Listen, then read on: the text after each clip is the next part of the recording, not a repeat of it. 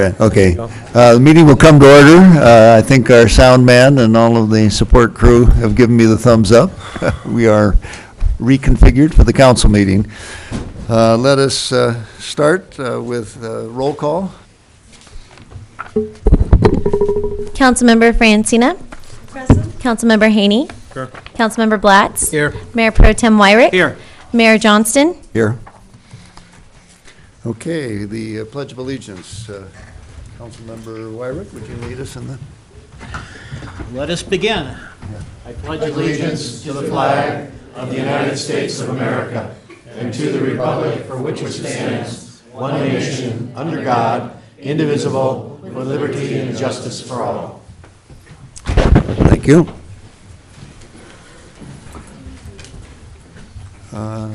City Manager, are there any presentations this evening? No, Mr. Mayor, there are no scheduled presentations. There are none. Okay, thank you. Next on the agenda are reports from council members on the water shortage. I'd like to not only introduce this, but to commend the council for, I don't know, I can see by some of the people in the front row that they've seen probably more of us than they'd like to see.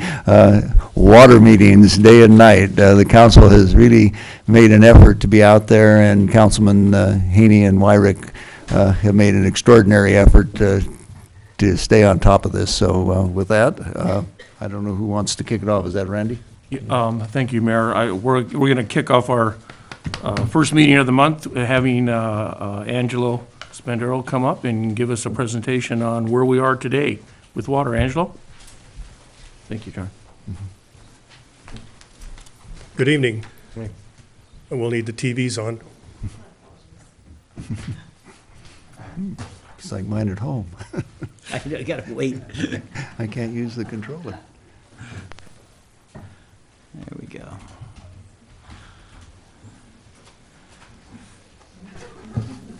Let's talk rain this time for a change. It's I love the rain in Ojai. It's just terrific. So you probably think that's Gene Kelly up there, but actually that was a picture of me that was taken in 1969. To review some information, some old information that you've seen before every time I've been up here, like to get to the fact that we are drawing down the lake at about 21,000 acre feet a year. And as we've discussed before, that stage 4 drought declaration is still scheduled to occur September of this year if things keep going the way they have been. That declaration occurs at 75,000 acre feet of storage in the lake. Stage 5 would come on in February of 2018 when the lake gets down to 65,000 acre feet. Current storage as of 12/31/16 is 89,344 acre feet at the lake elevation of 486.02, and I'll get into the lake elevation stuff a little bit later. So we have 14,344 acre feet to go before we get to a stage 4 drought declaration. And that is assuming that there's no sediment in the lake. If there's sediment in the lake, then we're closer to stage 4 than we think we are. I was curious about how the levels went in October and December for the last 6 years. And this shows that the 2016 decrease in lake storage of 4,093 acre feet was not unreasonable looking at the previous 6 years. 2013 and 2015 were heavy use years, so they're a little higher. This chart I'd like you to pay more attention to. This is the water drop in the lake during the summertime from April to September when we have no rain. The figure in 2016 is 14,775 acre feet. That was how much water we lost out of the lake during that 6 months in 2016. So one of my suppositions was, what is required to delay stage 4 onset? What would have to happen so that we could perhaps delay onset of that for 1 year? Well, if you recall in the previous slide, if we're going to use around 14,000 acre feet of water this summer, then we better put 14,000 acre feet of water in the lake right now, between now and April. So Between now and April 1st, the lake volume would have to come up to 103,344 acre feet. We lose 14,000 acre feet in the summer. We'll be right back to where we started, so we can extend the drought declaration for 1 year. I'm giving you the lake elevation because that's something that everybody can track online, and here's the site where you can track lake level. And we need a rise of 9.74 feet in the lake level from where it is now to be able to get through the summer and end up where we are now on September 1st. So in looking at rainfall, what kind of rainfall we might need, I looked at several charts and a lot of rain gauges. And looking at the 2005 to 2006 rain year, the 2007 to 2008 rain year, and the 2009 to 2010 rain year, the lake kind of maintained its own during those 3 years. Not exactly, but this is not an exact science, I'll tell you that. Looking at the Matilahaw Canyon rain gauge, it appears that if we get around 40 inches of rain in Matilahaw Canyon, we can more or less keep the lake level about the same, maintain our level. The bad news is that the current year-to-date rainfall in Matilahaw Canyon is 7.85 inches. So we're a ways away from that 40 inches. The reference I used, and the link is on the slide, I compared the Matilahaw Canyon rain gauge with 3 other rain gauges surrounding the watershed of Lake Casitas. And that was the Upper Matilahaw rain gauge, the Wheeler Gorge rain gauge, and the White Ledge Peak rain gauge. And all 4 of those rain gauges showed excellent correlation with one another. So I think we could look at the Matilahaw Canyon rain gauge and really determine how well we're doing between now and April 1st in being able to hold our own. This is the chart that I've had up every time I've been here, and it's kind of hard to read, but if you look closely, you can see where the lake is a little bit level between those 3 years I mentioned. And the 2 bottom lines, the bottom line is rainfall in downtown Ojai, and the center line is rainfall in Matilahaw Canyon. And what I wanted to emphasize here is that rainfall in downtown Ojai does not necessarily follow rainfall in Matilahaw Canyon. You can see 1 year where there's a huge divergence, and 1 year they're exactly the same. Well, the funny thing is, this year, so far, they're turning out to be pretty much exactly the same. The rainfall between downtown Ojai and Matilahaw Canyon, which is bad news for runoff into the lake. I wanted to show you this chart. This is a chart I have up every time it rains, and there's the link to this chart. And there are hundreds of rain gauges that are available online for monitoring, and these are essentially updated in real time so that you can literally watch how the rainfall is moving across Ventura County. And up there, this pointer doesn't work, so I can't show you where the Matilahaw Canyon rain gauge is, but believe me, it's up there, and that's the one I've been concentrating on. I mentioned earlier that the onset of the drought declarations is really dependent on sediment in the lake. There is an award now to a company called Tetra Tech to do a sediment study on the lake. That contract was awarded by Casitas. I don't have a completion date or a performance date. I've been trying to get that out of Casitas and have not been able to. But the contract is awarded, so the sediment study is going to be done. Talking about our basins, that's like pulling teeth to get information, except Bill Warner did a good job in his Ojai Valley News article on the 6th, this past Friday. And he interviewed Jordan Keir from the OBGMA. And Jordan Keir is saying that the key well is up 14 feet, and he doesn't know why. It's too early to think that it's water percolating into the basin. For what it's worth, that the key well is up 14 feet in the Ojai Basin. Here's another chart that I wanted to show you that is a study that shows how much the basin storage increases based on rainfall in the Ojai Valley. The bottom axis is rainfall in inches, and since I'm a rain gauge person, there's the rain gauge that is used for monitoring the rainfall in downtown Ojai. And if you go to that chart that I showed you with all the rain gauges on it, you'll want to look at H030. As of 1/9, that gauge was 7.56 inches for the year. So if you look on that chart where 7.56 inches is on that chart, we're getting no recharge in the basin at that kind of rainfall. If you go up that chart, if we wanted to get 5,000, 6,000, 7,000 acre feet of recharge into the Ojai Basin, we'd need around 20 inches of rain in downtown Ojai. And right now, we're at 7.56. Let me go back here and point out something. If we wanted to get 25,000 acre feet of recharge into the basin, we'd need 50 inches of rain in downtown Ojai. And when was the last time that happened? Well, it's never happened.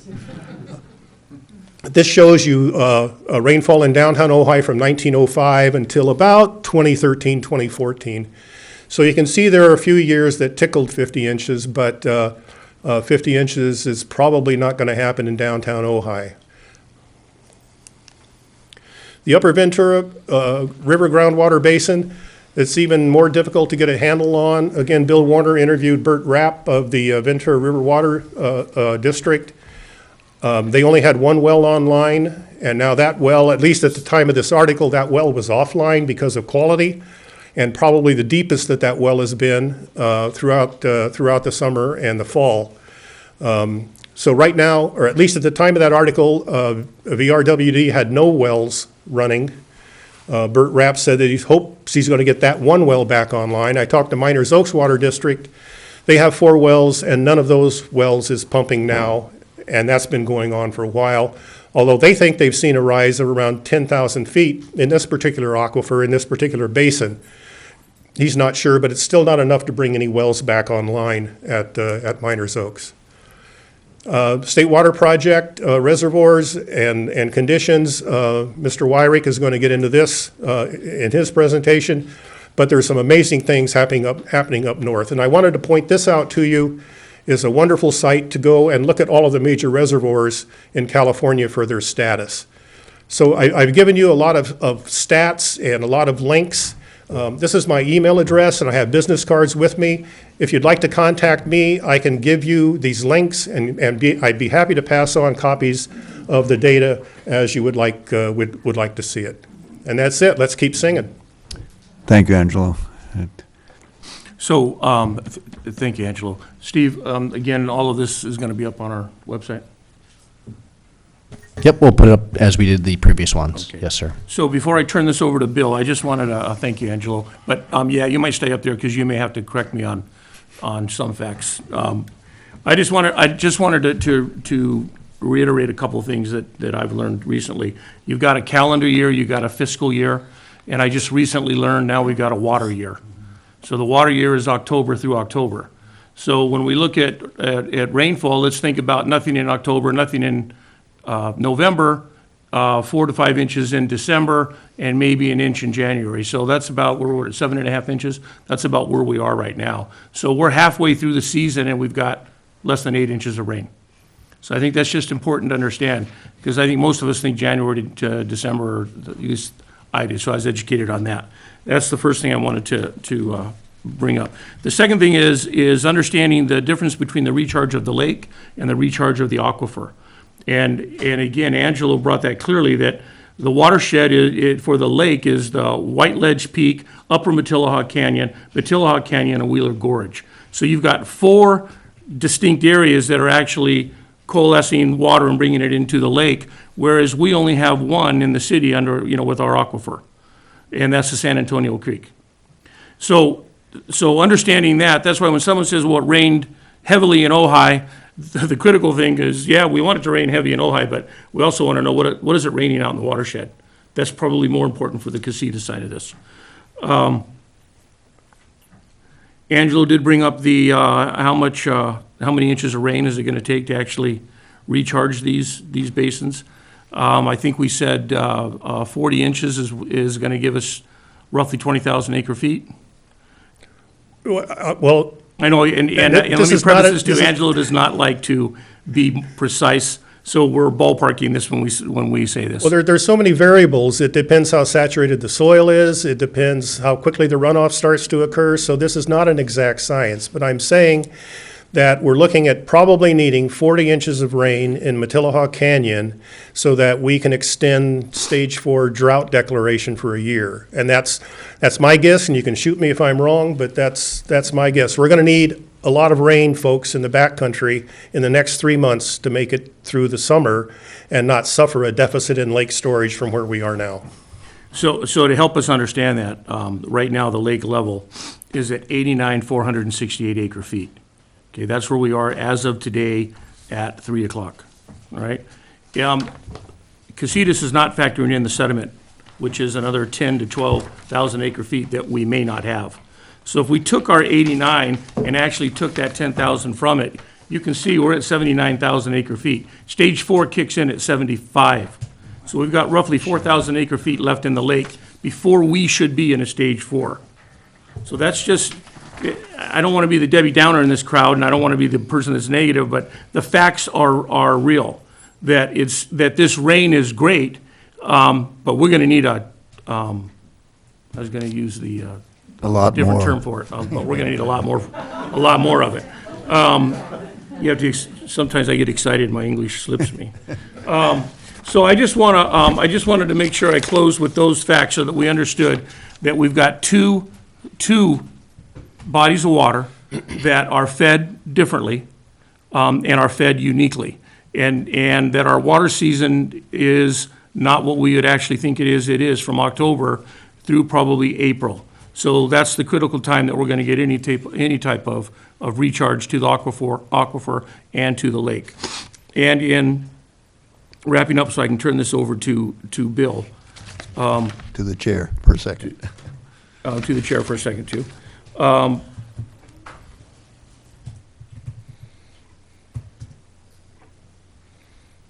You know what, I think I covered everything, Mayor. So, yeah, thank you, Angelo. Before Bill makes his remarks, I'd like to acknowledge my old boss and one of the real friends of the Ojai Valley, Supervisor Steve Bennett's in the audience. Thank you for attending.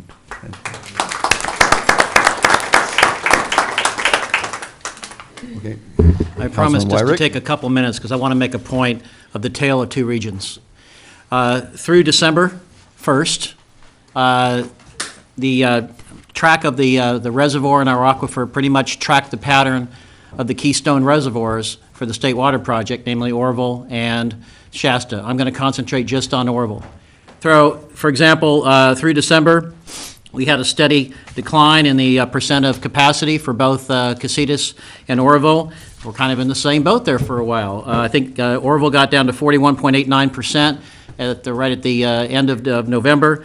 And Casitas, of course, was down to about 35.57%. Well, since then, and I'm going to post these on the website, but I just want to characterize them for timeliness. It's the tale of two regions. Since the rains have started up there in Northern California, and nowhere near the magnitude is happening here. For example, Orville has, while Casitas has continued to decline while it was raining, Orville, which is one of the keystones for the State Water Project, for which we have some entitlement to in this region, increased to 63.73% in a month from 41.89% of capacity, and since and that's just since the 8th. In other words, and most of that occurred just in the last week or two. They're now talking about in Northern California having to spill in order to maintain proper headroom for flood control. So we have two complete different experiences, and a keystone, and I'm using that metaphorically, aspect of sustainable water management in this valley, I contend, is conservation plus diversification of water sources.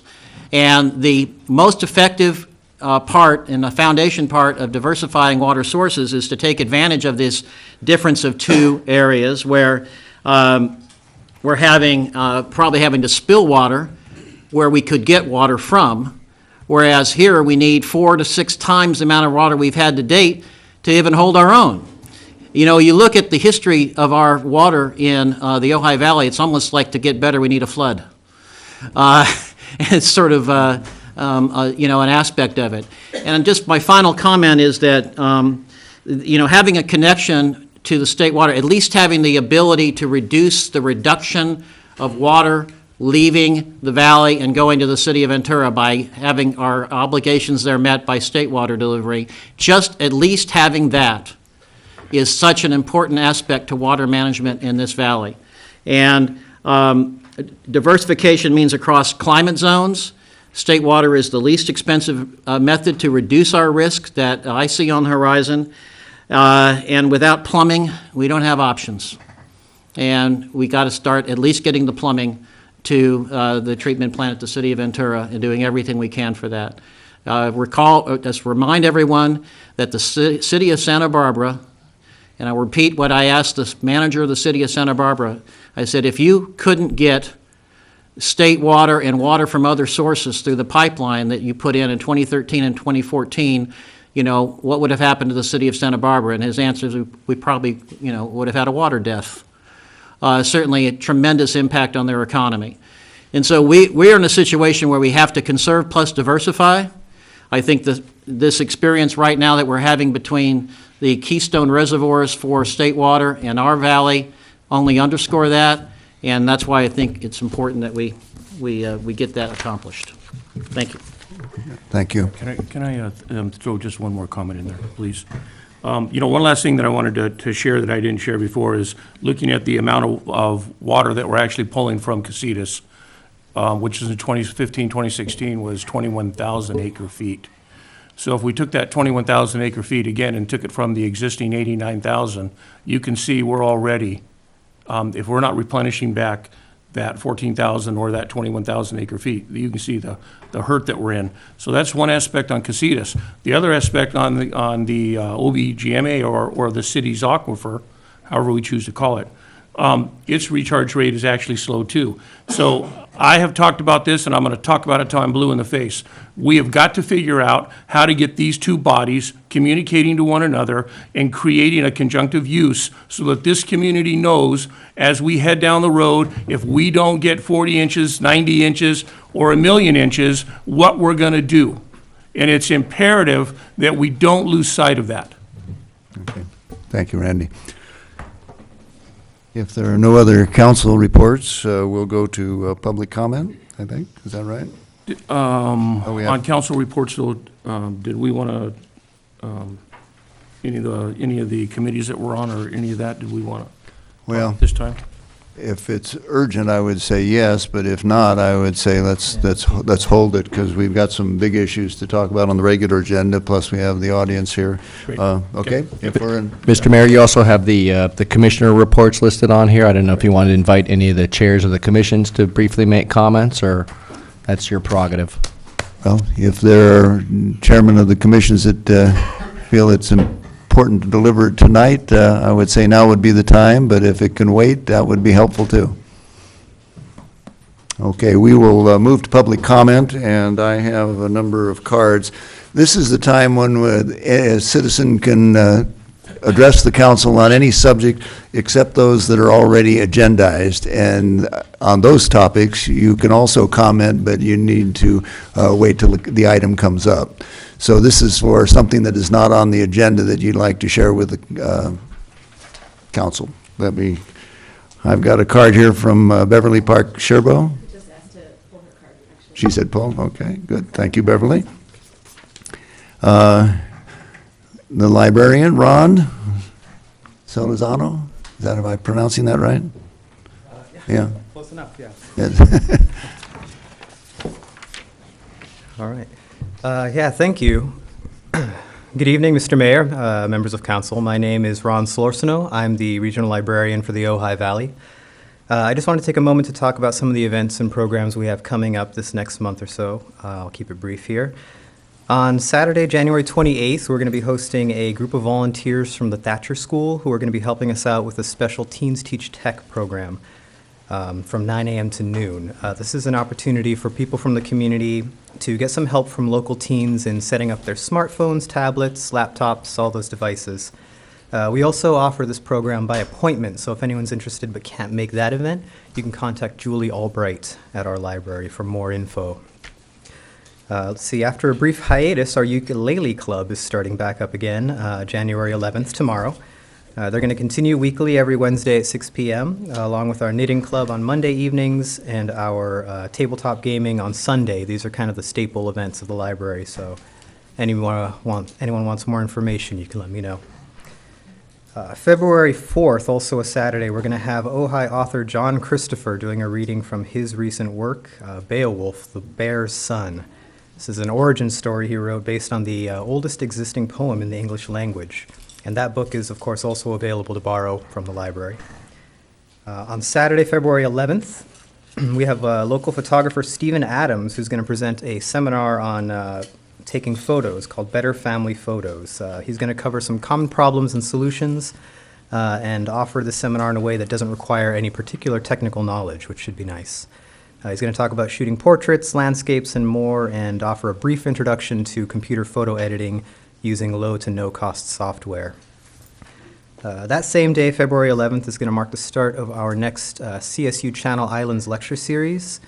Professor Heather Castillo is going to give a talk titled Validating the Magic of Theater and Dance, a lecture that's going to discuss the benefits of an inclusive arts education and its new required prominence in K-12 education. Finally, we're excited to announce the Ventura County Library's adult literacy program is going to be coming up to Ojai in the next couple of months. Tutors are planning to set up in the new meeting room, and this is a program that every year helps about 200 people learn to read, and it's done with a staff of 2. If you want to learn more either from either end, tutoring or teaching, just let me know. I'll put you in touch with Carol Chapman, who runs the program. And speaking of the new meeting room, the Ojai Valley Library Friends and Foundation are very excited about being able to open the newly renovated building, including the new Twice Sold Tales bookstore, opening to the public very soon. This project has been a long time coming. It's the result of a lot of good work by our friends of the library, and we cannot thank them enough for all the contributions that they've made to our mission and our vision. That's all I have for now. If you have any questions about what I've mentioned here or the library generally, please don't hesitate to contact me, and thank you. Thank you, Ron. Andrew, is it Stasi? Is that? Am I close, Andrew? Is that? You are. Yeah. Very good. Excellent. Yeah. Well, thank you, first of all, for your service. Really appreciate it. And thank you to the Cultural Resource Ad Hoc Committee for their hard work and service as well. And for creating a forum for public participation. We really appreciate it. And we understand that there were some comments that we had produced as participants that may have, through some miscommunication, not been in your package, but I'm sure that you're going to get a hold of them one way or the other. Those have been distributed. Very They good. did not get out with the original packet. We apologize for that. It was an error on staff's part, and we corrected that and sent that out to council on Monday. No problem. Sorry to interrupt. We appreciate the distribution. And I just want to let you know we look forward to your further review of this very important issue, and look forward to further discussion. Thank you. Okay. Thank you, Andrew. Alan Connell? Thank you, council. Welcome a new council, and just want to say thank you for all your work and work for the ad hoc committee. I was involved in that. You've answered all my questions because that submittal from the public sector is or will be to you guys, and that's very important. I want to say thank you to everybody on the ad hoc committee and the public that had input on that. Andrew, Jeff Palmer, Rosella, Carrie Miller, and the ad hoc committee spent a lot of time on that, and we want to make sure you get all the information. And thank you, and we look forward to working with you on whenever you're ready. Thank you. Okay, thank you. Brian Aiken?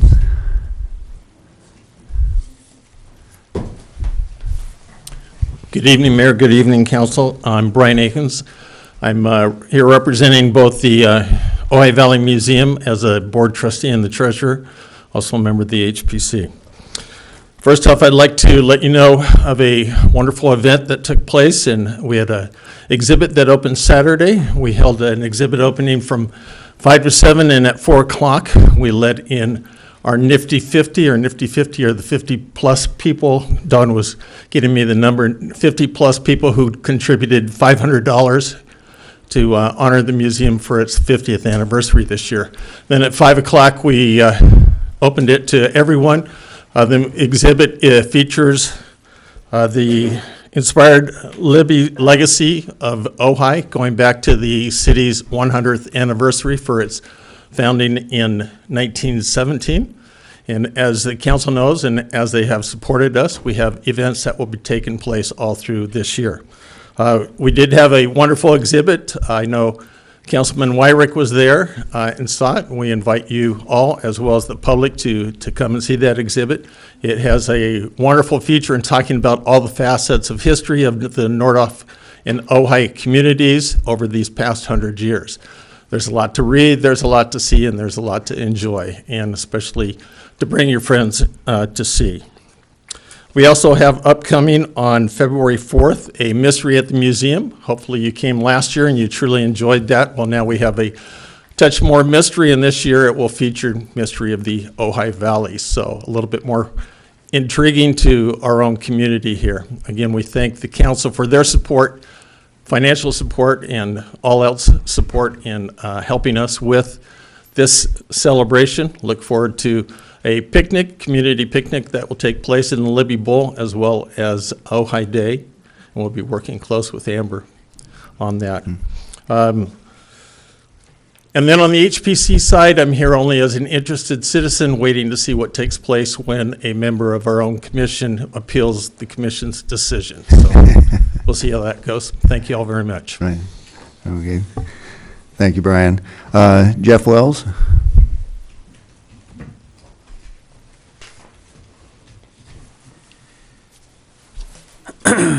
I'm hoping to gain your support with respect to the existing tree ordinance for the city of Ojai. And I would like to hopefully convey my point with respect to making all residential properties conform with the R1, the existing R1 zoning or R1 requirements.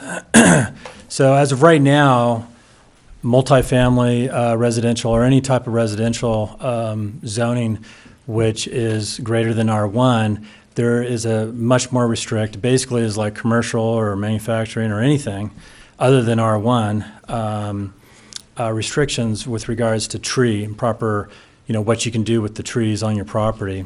And they're all across the board, they're the same with respect to the protected trees. But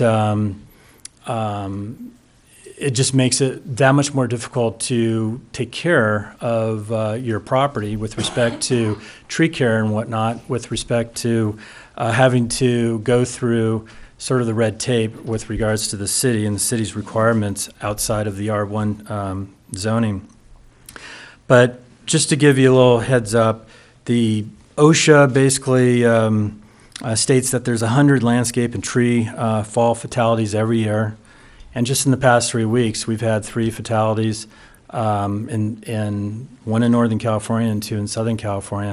And these are trees that basically just fall, whether there was one oak tree and a couple, I think 2 other eucalyptus trees that fell just, out of the blue. One was, it was really, really publicized with regards to the park with the wedding party where the tree fell, and they had a report just, recent, fairly,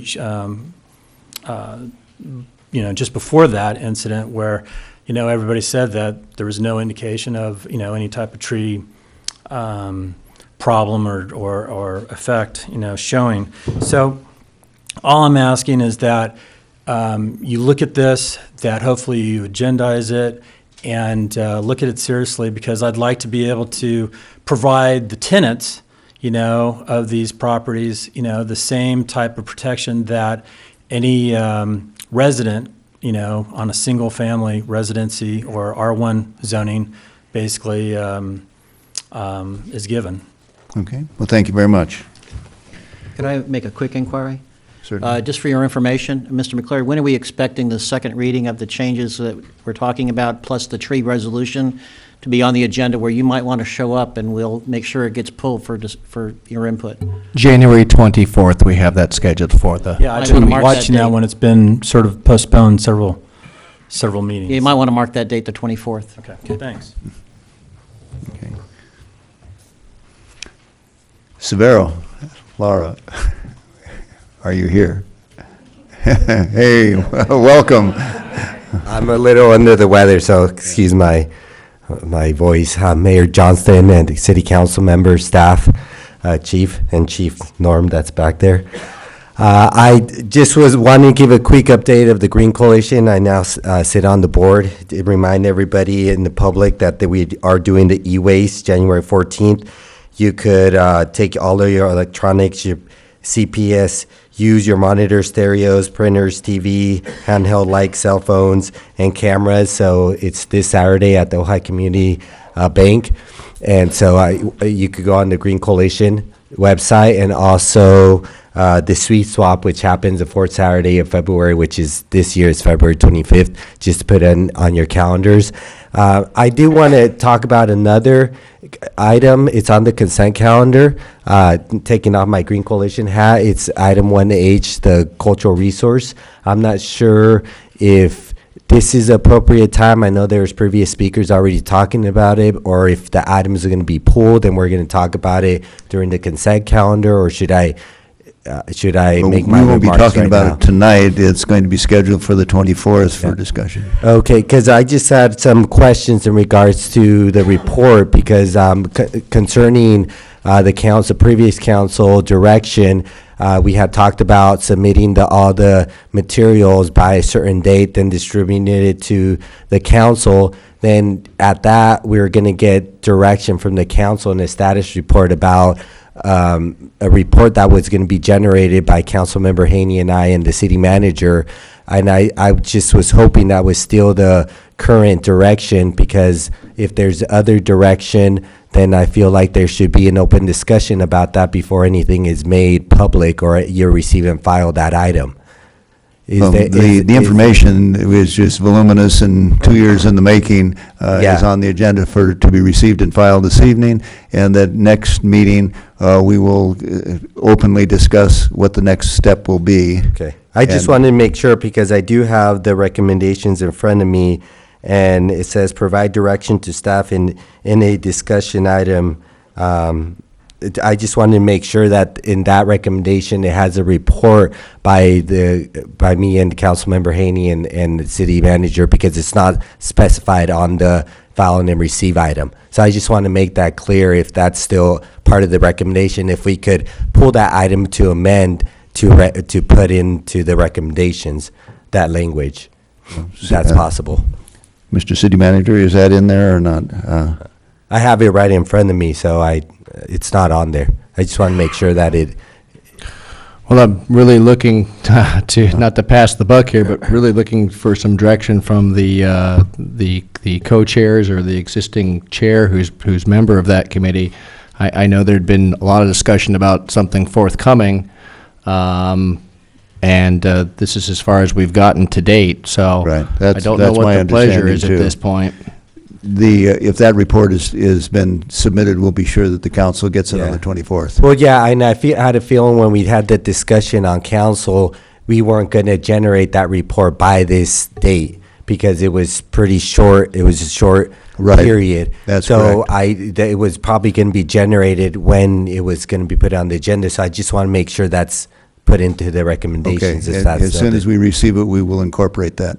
Okay. So if I could also make a very brief comment. Part of what I think what happened there was, I think there was a desire on part of the council for staff and the co-chairs to come up with a very complete summary, and the materials that were submitted from Dawn and Julie did a lot of that work for us. I think they did a fantastic job of, in a very objective way, compiling together all that background information and giving some summary. What we haven't gotten to at this point is really the policy considerations. Okay. And then I think it's important to include in that report that was going to be done by the co-chairs was just the perspective of the council, because right now we got two set of reports, one by the cultural resource experts and one by the public's, and I just want to make sure that the co-chairs have an opportunity to express where they're at this point. Right. So I just want to, again, emphasize the importance of this item being brought, and then the perspective of the co-chairs being put in that report, and clarify what those two other reports are about. We've got it. Okay. So I just. I'll be happy to meet with you yes. tomorrow if you want to go over it in Well, more it's detail. not about meeting tomorrow. It's about making sure that language in the recommendation so that could Right, be clear. I understand about- that. Yeah. Okay. Okay. Then we don't need to meet tomorrow. Good. No, We've we got it. don't. Thank you. Okay. So just making sure the procedures are followed correctly. You've got it. Thank Okay. you. I didn't realize there was a card in here from Supervisor Bennett. I'd have called you earlier, Steve. I'm sorry. Probably beginning to wonder if you were ever going to get a chance, you know? It gives me an opportunity to hear the flavor of the issues that are coming in front of you, so I appreciated it. I also appreciate just sort of the sense of timing, that you got to get things done efficiently and get everything done, and that's good for the public, so I welcome that approach. I want to make some comments to put our water challenges in overall perspective, and I want to give you a quick update in terms of what the Board of Supervisors did today and a position that I'll be taking tomorrow with Casitas. And my first comment is this, that we have more than 240 water districts in Ventura County. We have a completely balkanized delivery of water in Ventura County, and that's the case throughout the state of California. That is a challenge by itself, and it's a structural challenge that got created historically and a long time ago, and hard to do something specific about that. But the other thing is that for most of those over 240 districts, they are dominated by interests that are very narrowly focused. They're dominated by interests that are purveyors of water or people who are simply pumping water for their own particular interest. And general purpose governments like the Ojai City Council are not well represented. And by well represented, I don't mean you don't have good representatives, but usually are outmaneuvered and out-hustled at these, and just the structure sets it up so that it is very hard. And I would just offer that in general, in Ventura County and in the state of California, the general public is not being served well by our balkanized water system. A quick example here, Ojai Basin Groundwater Management Agency. The city of Ojai has one vote on that, representing all the citizens of the Ojai Valley. And yet there is another vote on there that represents a small number of pumpers, and they have the exact same power and authority and vote that the representative of the general public. And in fact, there's only one representative of a general public agency, a general purpose agency. And I would offer general purpose agencies are going to be more likely to consider the overall best interest of the community as opposed to narrowly focused. Now, people don't like me saying that. Some people don't like me saying that, but that is out there. And the only way you reverse that, I shouldn't say the only way you reverse it, structural reform is what would be a good thing, but certainly one of the important things to do to reverse that is for general purpose governments to throw more energy and more attention at this issue. And so I just want to compliment this city council, particularly Council Members Wyrick and Haney, for just what I got to observe here today, which is an update. It's information, and then have Mr. Spandero making that kind of presentation, because it is when we get engaged, like always in democracy, we're able to pull something positive off. So just my compliments. This is the way to make sure the public is better represented in this decision-making process. Today at the Board of Supervisors, we voted 3-2 to take this to approve the second read of an ordinance that I introduced in December. In December, the vote was 4-1. Supervisor Foy voting against it, but the other 4 supervisors voting for it, and that was to extend our ban on new wells until after DWR approves the plan, if in fact they're going to approve the alternate plan from the Ojai Basin Groundwater Management Agency. Today, the vote was 3-2 because Supervisor Kathy Long left and Supervisor Kelly Long came on board and voted with Supervisor Foy. The other thing is that tomorrow I will be submitting a letter to the Casitas Municipal Water District, and I will be encouraging them to support the recommendation of Mr. Wickstrom to have the Casitas step up and help partially fund the study that the City of Ventura is going to be doing for state water. So I wanted to give you those updates and again compliment you for moving forward, and I look forward to the partnership. We're pushing at the county level to make sure county citizens are more strongly represented in all of these groundwater basins also. It's going to be a big challenge for us, and but it's very important, obviously, as we see the crisis that we're in right now. Thank you very much. I appreciate Mayor, it. can I touch that? Just, Can I touch on that? yeah. The new water agency, the Ventura River, is the same as OBGMA. It's a seven-member board, and Councilman Wyrick and I were there at the grand opening. And once again, it's dominated by 4 purveyors, which means those water purveyors have the majority of the vote on anything that happens on that board. And again, it's selfish, and it's not realistic that board is going to take into consideration all of the users of this community. We did participate in the creation of that, and we did insist that on some of the major issues, it requires a 6/7 vote.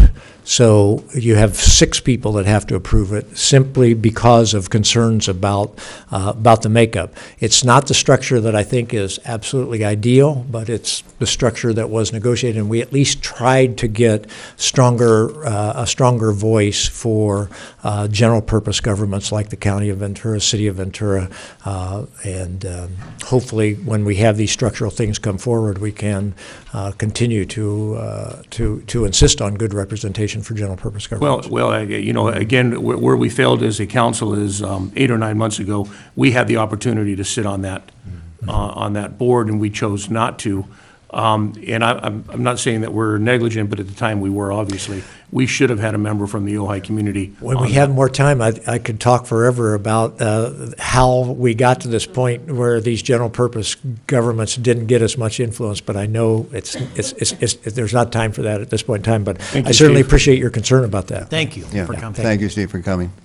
We do have an item later in the agenda where the city, the collective effort to take a more active role, and one of the points that we recognize is that if we don't do this through coordination and cooperation, it will be an emergency where the state will intercede. So those who say they want local control, if they want to keep local control, we got to cooperate. So we'll be at the meeting tomorrow at Casitas. Good, and I do compliment you for those 2 items that you do have on the agenda, which demonstrated a lot of work on some people's part to come up with some very comprehensive recommendations today. Thank you. And while we're thanking people, thank you, Angelo, for all the work you've been doing out there. Okay, we have one more comment card. Diane Squire?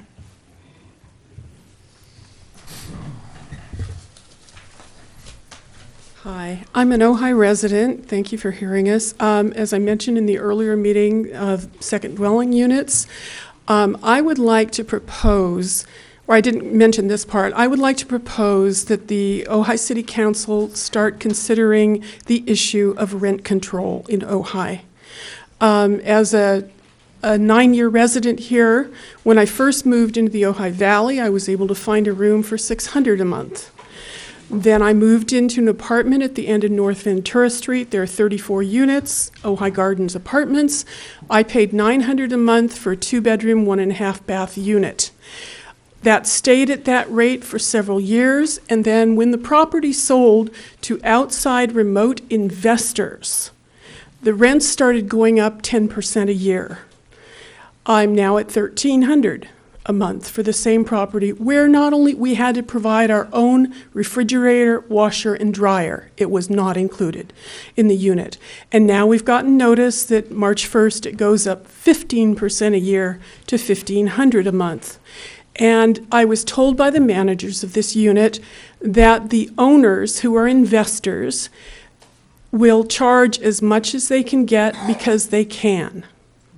And they don't have competition in their minds within Ojai. And I think you're going, and so for multiple dwelling unit locations. I think you're maybe going to come up against the idea of more and more investors from outside the Ojai Valley coming in and purchasing these units. And we don't even have, they were built in 1952. We don't even have insulation in the walls. They're thin.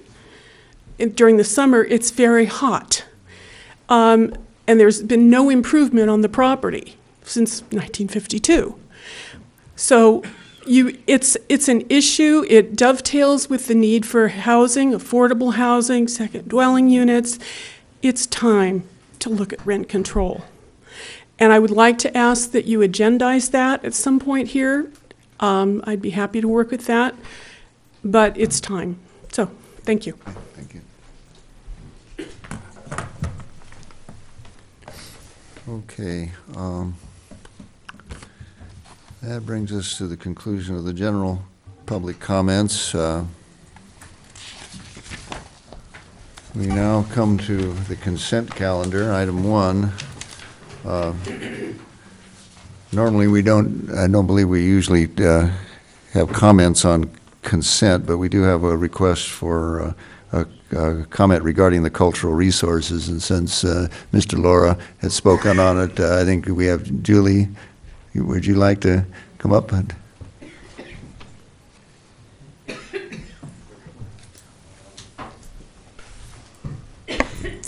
Good evening, council members, Mayor Johnson, and our new council member, Souza, community. Happy New Year.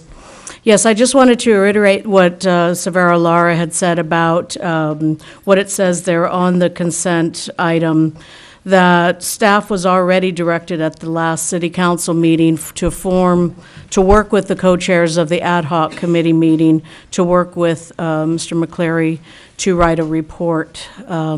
Yes, our packet is lengthy. We wanted to make things easy, believe it or not, so that you didn't have to go researching for the answers, that it's all there for you. I was wondering who actually authored that public participant report. I listened to the earlier comments, and there are a few people missing from that public comment. So I know that they didn't get a chance to put their, comments in. So I feel it might be a little biased. So I just want to make sure that when we talk about a public document, public participation, that everybody who came to our ad hoc committee meetings that were the public had a chance to weigh in, and that isn't really the facts there. So we do look forward to, though, going into this process and making sure that we have everything that we need and that you need to go through this, and would be happy to talk with anyone about it and to bring this out into the public. So I encourage the public listening to go on the website, to look at the documents, and to catch up with us in one way or form or another, and come to the public meetings as we start these discussions. And I'm hoping that we can get to a policy very, very soon. But thank you very much. Thank you, Julie. I have a question, Mr. Mayor. Yes. I don't know if it's appropriate to ask right now, but since this is such a huge item, is there any possibility of a special meeting just for this? I think that's going to be necessary, but we will, on the 24th, we'll kind of set all that up and have a full discussion on it. Thank you. And Bill Miley, did you have something you wanted to say? No. Okay, we're good for now. Okay. Mayor, move to approve the consent calendar. We have a motion. We have a second. Second. Okay, moved and seconded.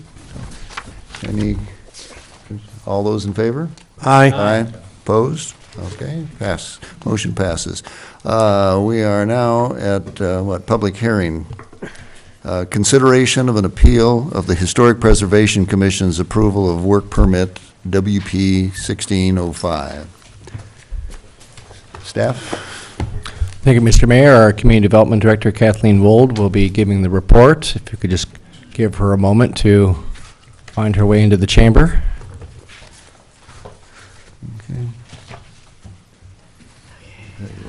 While we're waiting for her, I'm thinking. Mayor, may I be heard for a second? Okay. Took a break. See if we can find her. Another break. I have formally made a... Mr. Vogt, hold on. Mr. Vogt, we're first waiting, the protocol is I have the gavel now, unfortunately.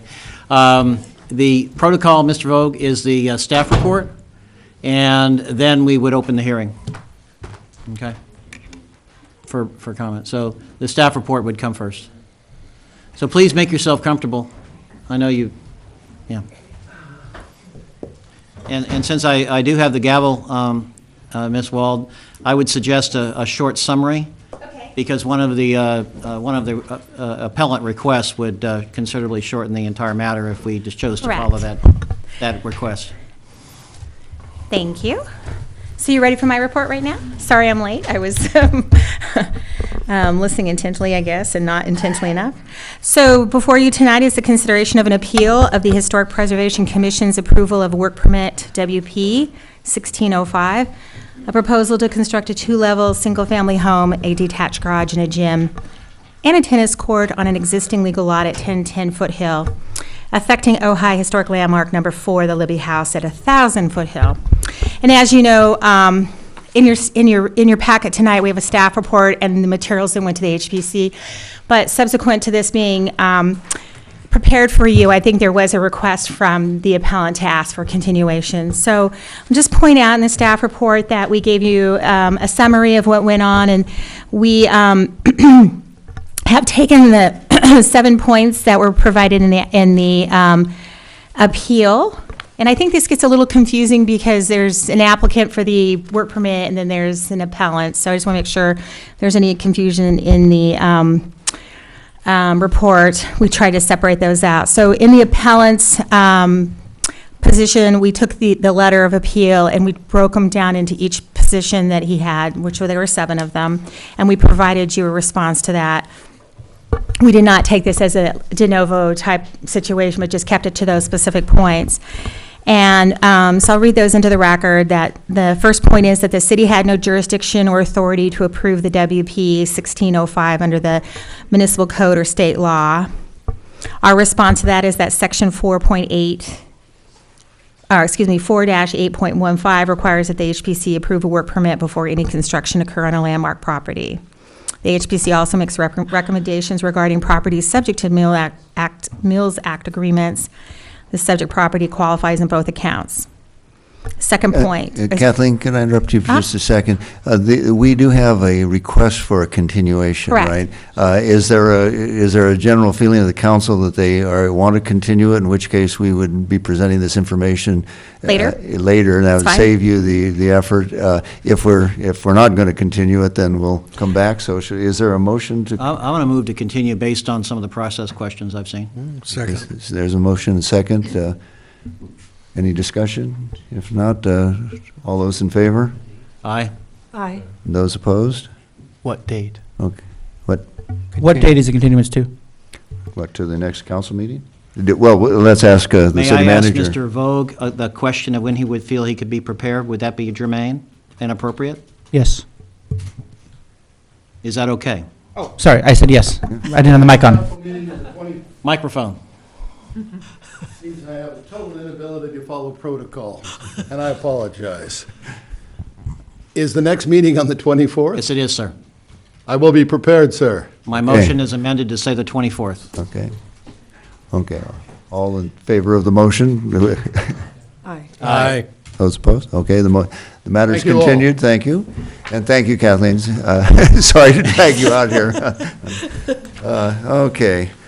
The next public hearing is also one that is being suggested for continuation. That is the public fee schedule. City manager? Mr. Mayor, we have a slight change of the recommendation. We're not quite ready to have this go tonight. We had originally requested in the staff report to continue it to the January 24th meeting. The consultant who worked with staff to prepare the study is not available on that date. They are available on February 14th, so staff would recommend if we could continue this public hearing to the February 14th regular city council meeting. Okay, Move to continue to February 14th. Second. So moved and seconded. All in favor? Aye. Opposed? Okay, motion carries. Thank you. Okay, that gets us to discussion items. Proposed action for dealing with the long-term water supply issues. as I said, this is a collective effort, but not a violation of the Brown Act. Everybody was working on this in a variety of ways, and a special thanks to Angelo, who has been giving us the updates on a regular basis. I decided that the best way for which we could move this forward would be to put something on the agenda where we start taking some actions, which I think are now, I won't say overdue, but they're certainly timely. There are 3 recommendations. One, to receive and file a 10-point action plan, which should be thought of as guidelines and to give us some direction that as we get new information and circumstances change, we obviously will want to add to or change some of the thoughts that we would have in that report. But the 2 key actions are, there is a letter, and I hope everybody got the revised version. It's basically the same content. The change, while I was changing it, I had my wife, who's an English teacher, checked our punctuation and a little on the style, but the real significant difference is between the time I prepared the package and tonight, to the Casitas Municipal Water District's credit, their director or their manager stepped forward with a recommendation to actually financially participate and start moving on the state water project. So the letter is basically to give some direction to the, well, I shouldn't say direction, some advice to the Casitas Municipal Water District, and to support the request coming or the recommendation coming from their staff, and we'll be there tomorrow to do that. So that is recommendation number 1. And recommendation number 2 is that we give direction to the city manager to enter into a contract with a third-party expert, objective water expert to take a look at the alternative sustainable, or what I think of as the exemption to the Sustainable Water Plan that has been submitted to the state by the Water Basin Board that Supervisor Bennett alluded to. If the report comes back and says, as Representative Baggerly told us at the last meeting, that it's a great idea, then it'll endorse his position. And if it comes back and says that more needs to be done, I would submit that this should be the position of the city under public comment to the state of California to be sure that the thing is well vetted. This is one of the few times we have a chance with an authority outside the valley to have us do what we need to do. If we don't need to prepare the big plan, then we don't need to do it, and we don't want to spend the money. But on the other hand, to ask for an exemption to it before we really know that, I think is not a good idea. So anyway, those are the recommendations. Discussion? Or questions? Actually, probably both. Yeah, okay. Just real quick, first of all, I think the 10-step action plan, as long as we are looking at it as a receive and file, and it's not meant to be the conclusive everything that needs to be done. Right. Absolutely. Yeah, I think that's important. I think it's a good effort, but it may not be, we learn things every day. Correct. We wouldn't want it to be oh, well, you didn't say that. Right. So therefore, you can't suggest that anymore. So I think it's important that it be left just as a receive and file only. Absolutely. Number 2, I think the letter absolutely needs to go with respect to the Casitas Municipal Water District, but I wanted to raise a little bit of an out-of-the-box possibility. And that is that, the little old Miners Oaks district has offered to put some money into the effort. And I did make some copies here, and I'm not sure where it is. Anyway, I'll just say what it is. And the point being is that I talked to someone today that knows about these things, and they said, it would not be necessary, it's worthwhile considering whether the city might want to help, since we have a vital interest in this respect, but make our participation contingent on our vital interest being served by the effort. And I'm not sure how to structure this. I just want to raise the issue. I think the letter has to go. But I'm wondering whether, especially since we're asking for that additional work to be done besides just tying into the city of Ventura with respect to the vital interests of this valley, whether we might want to consider participating in the offering to participate to get you know, it always helps when you throw some dollars at something, you get listened to. Well, that's true, and the reason, the way the letter was, is intended to identify what those costs are going to be. Right. And at that point, we can decide whether or not it's affordable, if it's doable, and if we want to participate. Just wanted to raise the issue. And then third, I think it's absolutely, and I can completely concur, that we need to hire using the city manager's discretion, someone immediately to critique the alternative plan, which is really, like you just said, not an alternative plan, it's a request not to have a plan. Right. And that we critique it, and we get that critiqued expert testimony circulated by this council and into DWR prior to the deadline, so we can have our vital interests heard at the DWR as well. Okay, is that a motion? Do you want to take it up as three motions or one? We can divide the question, is fine. You want to do it as Yes. three? Well, Okay. Mayor, before we Yes. go there, I just want to add something to Councilman Wyrick's statement, too. Not just the city making a contribution, but, again, there's a lot of water agencies that are associated with Casitas. We might send a letter to them if we decide or make a determination as to how much we might want to contribute, that we ask all of these adjoining agencies to participate in this, too, to help fund this. It's $600,000 on top of all the other funding that Casitas is doing right now. Anything that we can help with and the community can help with, I think is helpful. If we're going to make these motions one by one, also, I'd like to amend the 10-step, and just for my own personal stake in this is, I'd like to make sure that we get a conjunctive use plan in that 10-point. I just think it's important that we don't lose sight of that. So Okay. instead of 10-point, it's 11-point.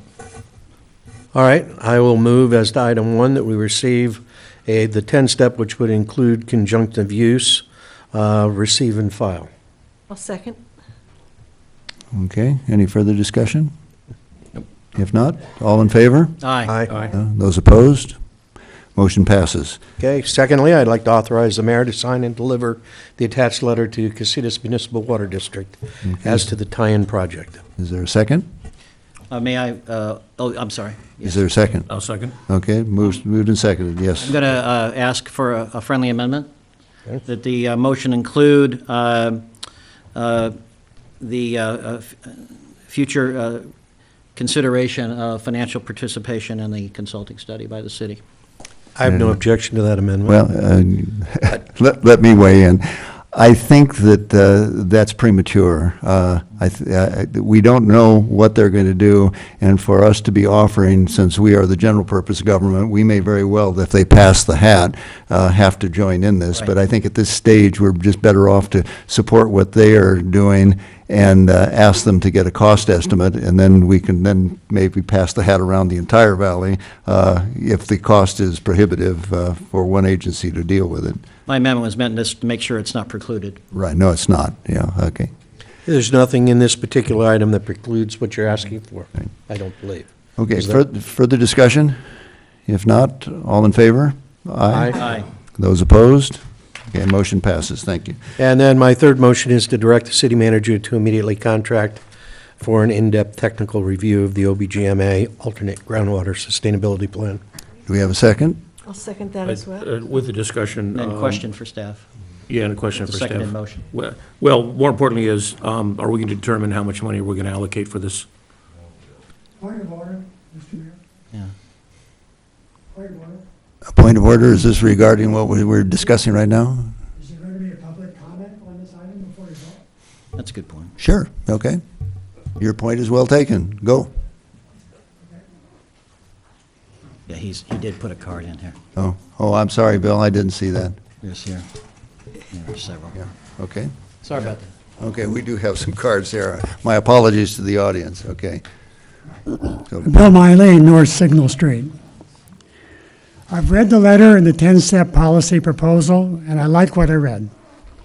I want to especially support the elements relating to, 1, more usable data on Golden State's pumping of groundwater in relationship to the purchase of Casitas Lake water. They may be drawing more water from the lake as they conserve their groundwater and pumping costs. Casitas' detriment. 2, the 3 sources listed for the water supply in the OBGYN report. Obviously, rain and groundwater levels are related. To say that rain and groundwater levels in the basin is groundwater basin is irrespective of rainwater is somewhat ludicrous. Their statement, which they used to say they managed the basin well since 1999, I would say is just a lot of luck. 3, I support the statement near the last of the 10 steps that consideration of a regional approach for managing the basins is the best and should be done. It should be done anyway, not just considered. Having 3 basins all responsible for their own groundwater is illogical. The upper basin flows into the Ojai Basin. The Ojai Basin flows into the Ventura Basin. It seems to me that a sustainable basin plan should have a definite extraction ordinance, which they don't. They said, oh, we'll do it if we need to. It needs to be adopted, it needs to be. It's kind of like having traffic laws without speed limits until we drive too fast, and then we have to develop them. So I believe that there needs to be a sustainable groundwater plan developed, authored by OBGMA, not the report. And they say we don't have the money. I understand from Larry Yee, who's on the Regional Water Control Board, that the State Resources Department has $84 million available to do these plans. I mean, we're not going to get it all, but we'll get some. So I request your council seriously consider only supporting a full sustainable groundwater plan for the Ojai Basin. And right now, people can publicly comment on the report on the State Department of Water Resources website, and you should do that. Anyway, I'm going to tell them what I think. Thank you. Mm-hmm. Thank you, Bill, and thank you for straightening me out there on the comments. I didn't mean to. Angelo, you have a card in for this. Well, I think the horse has already left the barn on this one. I spent all this time writing this up, and you guys went ahead and voted on it. Perhaps you read my mind. Yeah, we got one motion left. No, I was here to purely address the proposed letter to Steve Wickstrom, and did I hear correctly that it did pass by unanimous vote? Right. I was going to recommend that, and so thank you, council, very much for doing that. But since I wrote this, do you mind if I read it? Absolutely. Go ahead. 3 minutes. Yeah. I'm here to encourage a unanimous council vote in favor of sending attachment B, the letter, to Mr. Steve Wickstrom, General Manager of the Casitas Municipal Water District. This letter addresses 2 critical issues on the path to tying into state water, the nearest step to adding a new water source for the Ojai Valley.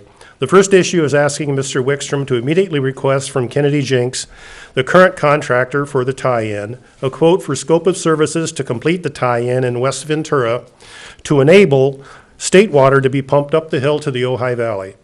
This work is not currently a part of the existing scope of services, and it must be accomplished to complete the connection.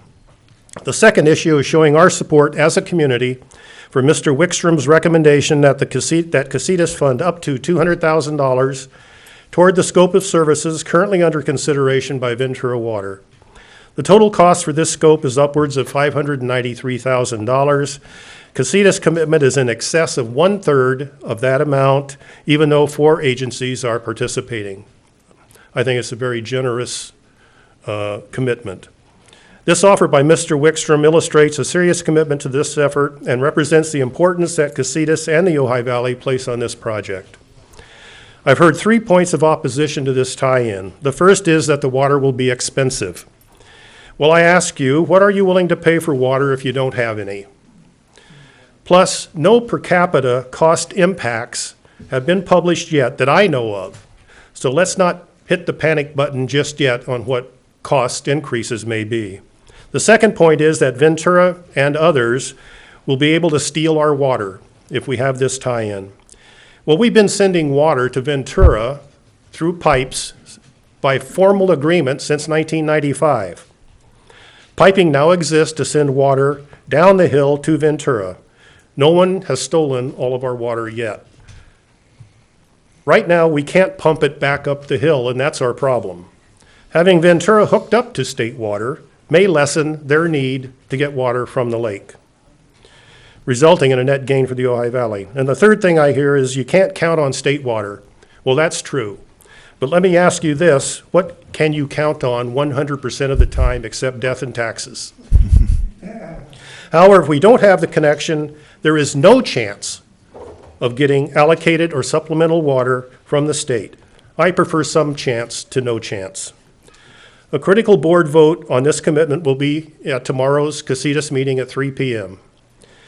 I urge all the citizens that are advocating tie-in to state water, be there to show your support for this tie-in and to support Mr. Wickstrom's recommendation. We need to show the board that there is large support for this recommendation. The board has the opportunity to vote it down, and we shouldn't let that happen. Thank you. Thank you, Angelo. Mayor, can I add one thing to that? Angelo, you forgot to tell the community it's 3 o'clock He said that. at the Casitas Municipal Water District. He said that. Yeah. Well, Angelo helped boost Steve, and Steve is helping boost the board, and if we go down and support all of them, we got a chance. So thank you again. Russell Sidney, is Russell still here? When did you say it? Thank you, Mr. Mayor. I'm not quite as durable as some of you folks are, but I did hang in so far. Thank you for the opportunity to speak. Thank you so much for the proposals that you're clearly in favor of and moving on. As the director of the Ojai Valley Green Coalition, I want to reassure you that the point about us being engaged in this effort is ongoing and sincere. We've been working with water conservation, outreach, and education for a good long time and intend to continue to do that, particularly thanks to your help.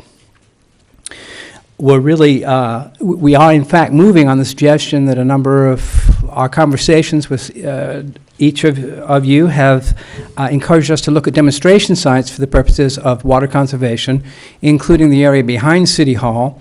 And I wanted to make sure everyone knew that we have in fact put a placeholder in as a concept proposal under funding through CAL FIRE for greenhouse gas sequestration demonstration program that focuses on working with our urban forests and doing things to help our trees, to deal with the dead trees, and to learn how to use the carbon stored in our trees more effectively in our area.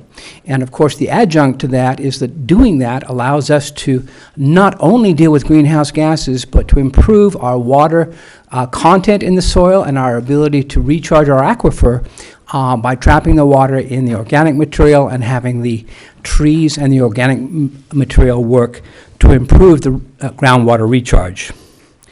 There's a lot of greenhouse gas sequestration money coming through. We're looking at other sources, and it's particularly important because what we're really dealing with in this water concern is a symptom. It's one of the many symptoms that we have been anticipating from the changes that are happening around our planet to do with our weather.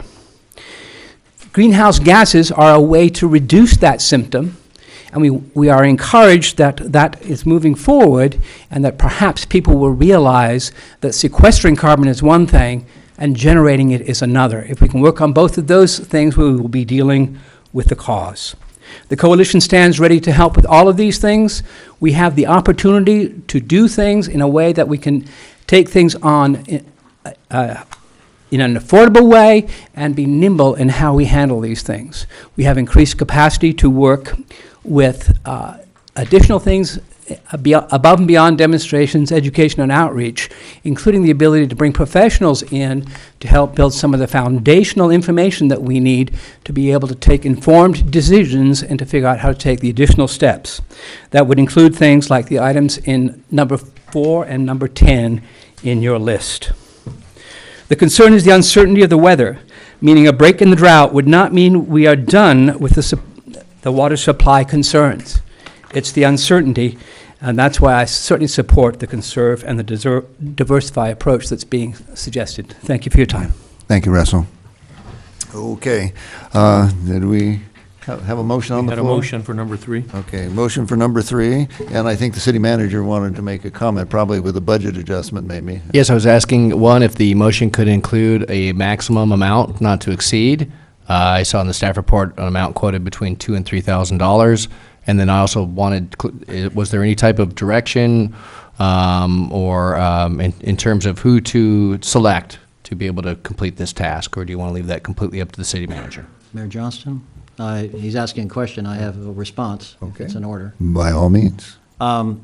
There is a firm that is already engaged with Ventura County, basically been pre-vetted with Ventura County and doing a lot of water management work already.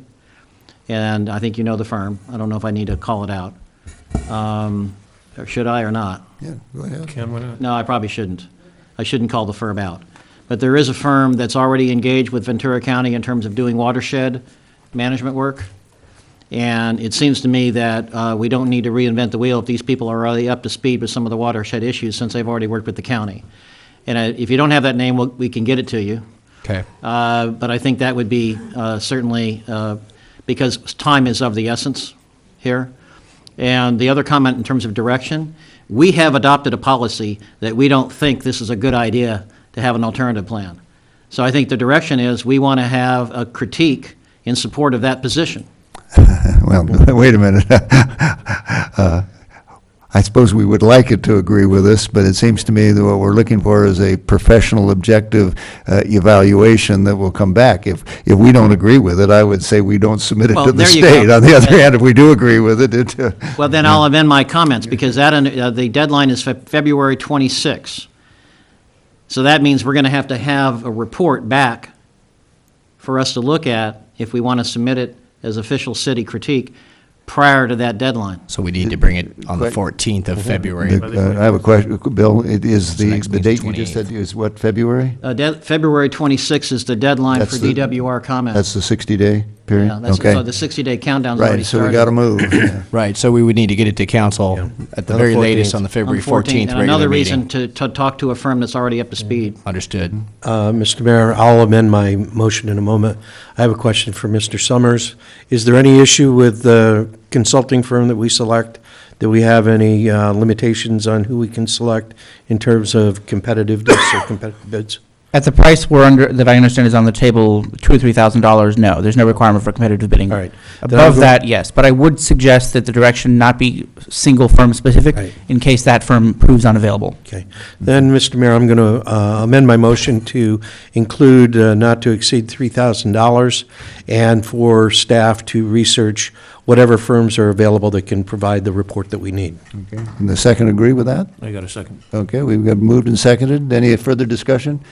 If not, all in favor, say aye. Aye. Those opposed? Motion carries. Thank you very much. Mr. Mayor, I do want to say something. So far, all the water presentations at the beginning of the meeting have been, on the statistics and all these charts. What I felt like what Russell said is so important, and it's so not well understood by the public. I would like there to be an opportunity, when people's minds are fresh, for a longer presentation of what he tried to say in 3 minutes. And we have many people who could participate in that, Russell and other experts from the permaculture community, people like that. I think the public would find that really valuable. Thank you. Okay, thank you for that. Okay, the next item, item number 5, I don't have any cards on it, but it's to adopt the non-urgency ordinance establishing a moratorium and a prohibition on the issuance of private water well permits. We've already discussed this once, but the question I have, and I think, Paul, you were the one that put the language in, does this ordinance, the way it's worded, give us absolute discretion on whether we lift the moratorium, or is it? That was my intent, regardless of whether it was a true sustainability plan or the alternate report. Didn't make any difference as far as I was concerned. No matter what the OBGMA adopted, it did not automatically trigger us to do away with the moratorium.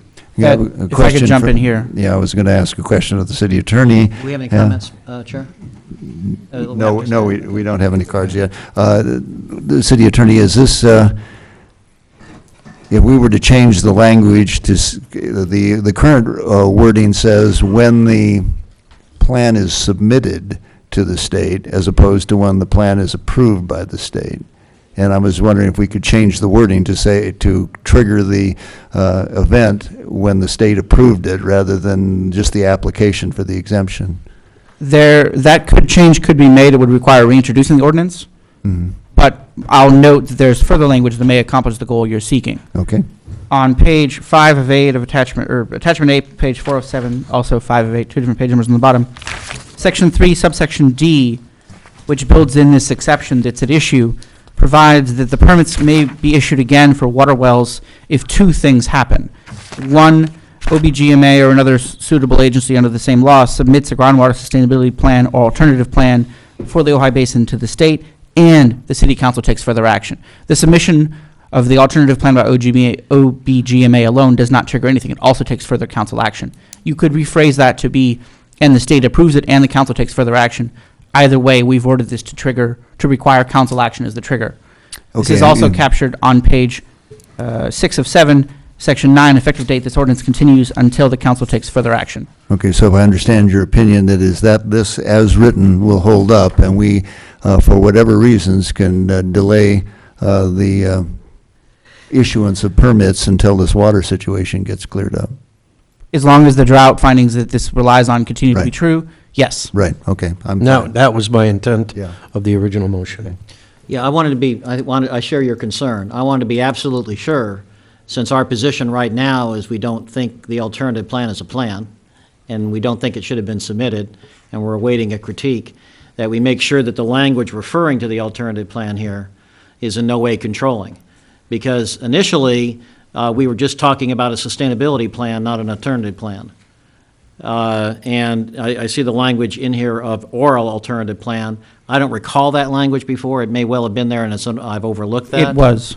But as long as we are assured that if even acceptance by DWR of the alternative plan, even if that occurred, it doesn't necessarily trigger the ending of the moratorium if the drought continues. That is my opinion, because the language also speaks to, and the council has taken further action. Okay. Okay, very good. Dude, I have one question, Randy? Mayor. Is there a time frame on this as far as our proceeding? The moratorium is for how many years? Or is it? We have structured this to not have a time frame. Right. The prior moratorium was 2 years because it was adopted under certain provisions of the government code. This is adopted under different authority, the city's police power under the Constitution, and thus does not have a time limit. Okay. Any other comments? If not, I'll entertain a motion. Before you take a motion, was there no public comment? No cards? No cards. Okay, thank you. But thank you. I need reminding. Okay. Is there a motion? Move passage as written. Okay, second? Second. It is moved and seconded. Any comment? Okay, if not, call the roll. Councilmember Francina? Yes. Councilmember Blatz? Yes. Councilmember Haney? Yes. Mayor Pro Tem Wyrick? Yes. Mayor Johnston? Yes, thank you. Okay, now we come to item number 6, which was continued from our last meeting, a resolution requesting consent of the County of Ventura to renew the Ojai Tourism Improvement District. Staff, do you have a report? Yes, Mr. Mayor, we brought this back because we did not include the management plan previously, and we did distribute that out to the council members shortly after the December 13th meeting, so hopefully you all had a chance to take a look at that and review those materials. We are asking the council to adopt a resolution that would declare an intention to renew the Ojai Tourism Improvement District and fixing a hearing date, and a second resolution that's requesting consent of the County of Ventura to renew the Ojai Tourism Improvement District. Adoption of the resolution of intention to renew would result in a public meeting on February 14th and a public hearing on March 14th here in the Ojai City Council chambers. That would be a hearing on the renewal of the Ojai Tourism Improvement District and the levy of assessments on the lodging businesses.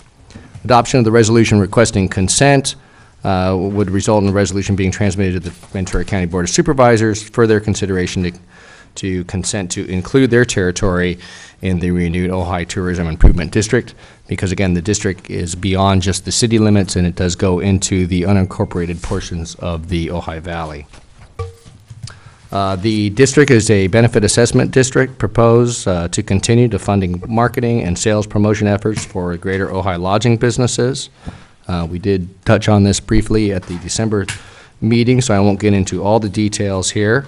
The hoteliers did decide that they wanted to pursue renewal of the district, and the district would generate approximately $460,000 on an annual basis for the promotion of travel and tourism specific to Ojai. The current district, which was established in 2012, had a 5-year term. It began in November of 2012 and is going through October 31st of this year. It would expire on that date if not renewed. The hoteliers are requesting and wishing to renew the district for an additional 10 years. So again, the original district term was for 5 years. They are asking to renew it for 10 years. It should also be noted, the county and the city would continue to receive a 1% fee for our part in handling the assessments and transmitting those over, essentially our handling fee. That is all the portion that the city receives. The rest of it goes to the district for them to see fit as to how to spend.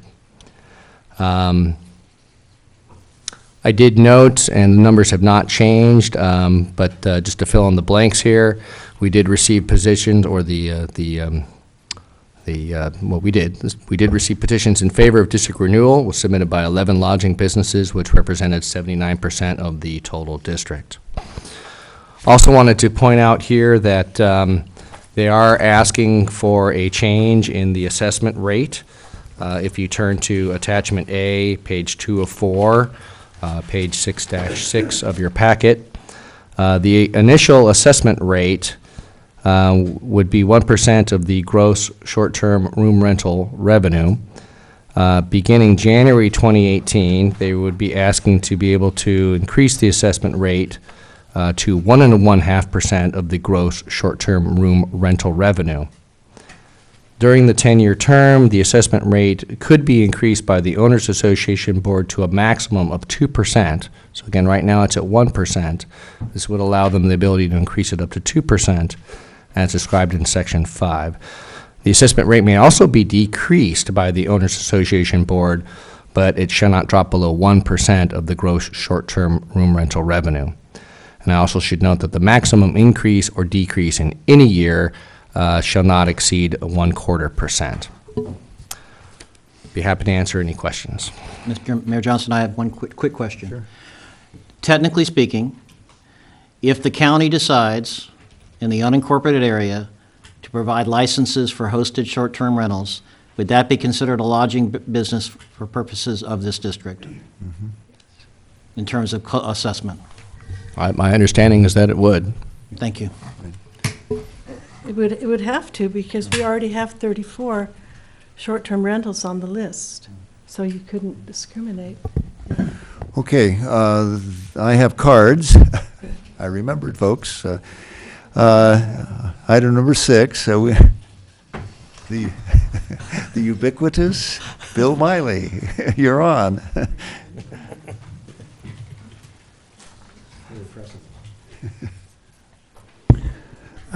Bill Miley, North Signal Street. I'm concerned that this new proposed version of the Ojai Tourist Improvement District will allow too much money spent to promote tourism in the city and beyond. As I said at the December 13th council meeting, I believe the promotion of Ojai and the resources available may be out of balance. 2, one section I question is where the lodging owners will be able to vote to increase the levy up to 2%, providing, in the estimate I have read in their report, about $900,000 a year to promote Ojai. It's never been 2%. The current annual budget is about $460,000. 3, also of concern, I believe, is the length of time of the special district, 10 years. I believe the city will lose control over its destiny. The first one is 5 years, and it expires this year. 4, either I would like the 2% taken out, or a report from the Visitors Bureau on why they need the money, including how they will control overbooking by promoting too much. And I happened to notice that the monthly Ojai magazine by Brett Bradigan, it says in the first page under his authorship that they are now providing that monthly, and I think it's a kind of a promotion of real estate, all over California, and they have it distributed in New York City now. So that's another part of the promotion. 5, I think 5 years is too long, I think 5 years is long enough. The city council members only get 4 years, and the mayor gets 2 years. Right, yes, for which many people are grateful. So, Time will tell. Time will tell. That's right, yeah. we'll give you 10 years, John. Item 6, regarding overpromotion, did the lodging inns get overbooked in the past months and years? During the short-term rental discussions, I heard lots of stuff saying they're full every weekend. They're full every weekend. That's why we need more. Maybe the promotion is too much. So I would like to suggest that. Oh, also, on the listing of the members the hoteliers who are members of this district, there are 30-plus vacation rentals in the county unincorporated area, and we ban those. So if we approve it, it seems like we're supporting it. So I would suggest that we nix the 2%, bring it down to 5 or 4 years, and make sure that no short-term rentals are involved. Thank you. Okay, thank you, Bill. We have, I'm not sure I can read the name. Is there a Tim out there? Oh, yes. Oh, it is Tim, the Tim. Mayor Johnston, City Council, thank you for listening to my comments. My name is Tim Rohn, and I'm co-owner of the Mob Shop with Kelly Pasco, right over there. I'm here to tell you that we strongly support renewing the Ojai Tourism Improvement District and continuing to fund the Ojai Visitors Bureau. At the Mob Shop, we welcome riders of all types from all over the world. People visit Ojai and our shop because of something they've heard, read, or seen about Ojai in media that's been generated due to the efforts of the Ojai Visitors Bureau. In the past year alone, we've taken a dozen or more riders on bicycle tours around the valley on behalf of the Visitors Bureau, and the results of these efforts are measurable. We've seen a 25% increase in rentals and have nearly doubled the amount of tours we did in the previous year. Just last week, we took 3 young women on a guided ride around the East End. When asked how they decided to come to Ojai and chose this particular activity, they directly referenced an article about Ojai in Vogue magazine and from October 2015, an article the Ojai Visitors Bureau enabled. Like other small business owners in this town, we love our local patrons because they understand just how special Ojai is. We also understand that a major part of our local economy depends on tourism and that it would be difficult to make a living without tourists. Please renew the Ojai Tourism Improvement District and continue funding the Ojai Visitors Bureau. I have a minute and a half left, and on behalf of my mother-in-law, sister-in-law, and wife, who own Need Baking Company, we heartily support funding of the Tourism Improvement District. With the increased PR and advertising that this provides, we've seen an enormous improvement in our tourist business. While we have a loyal core of local business, without tourists, we wouldn't survive. Losing businesses would hurt the local population. This PR effort has brought countless visitors and writers from all over the country. As a result, we are known not only in California, but many other places, and are a destination for these visitors. We get feedback from many visitors, and what they ask for lets us know when they are responding to a specific campaign, for instance, Pixie season and wedding venues. So we know this funding works. Please continue this effort. We heartily support funding the tourism district. Leah, Bobby, and Rachel. Thank you, Tim.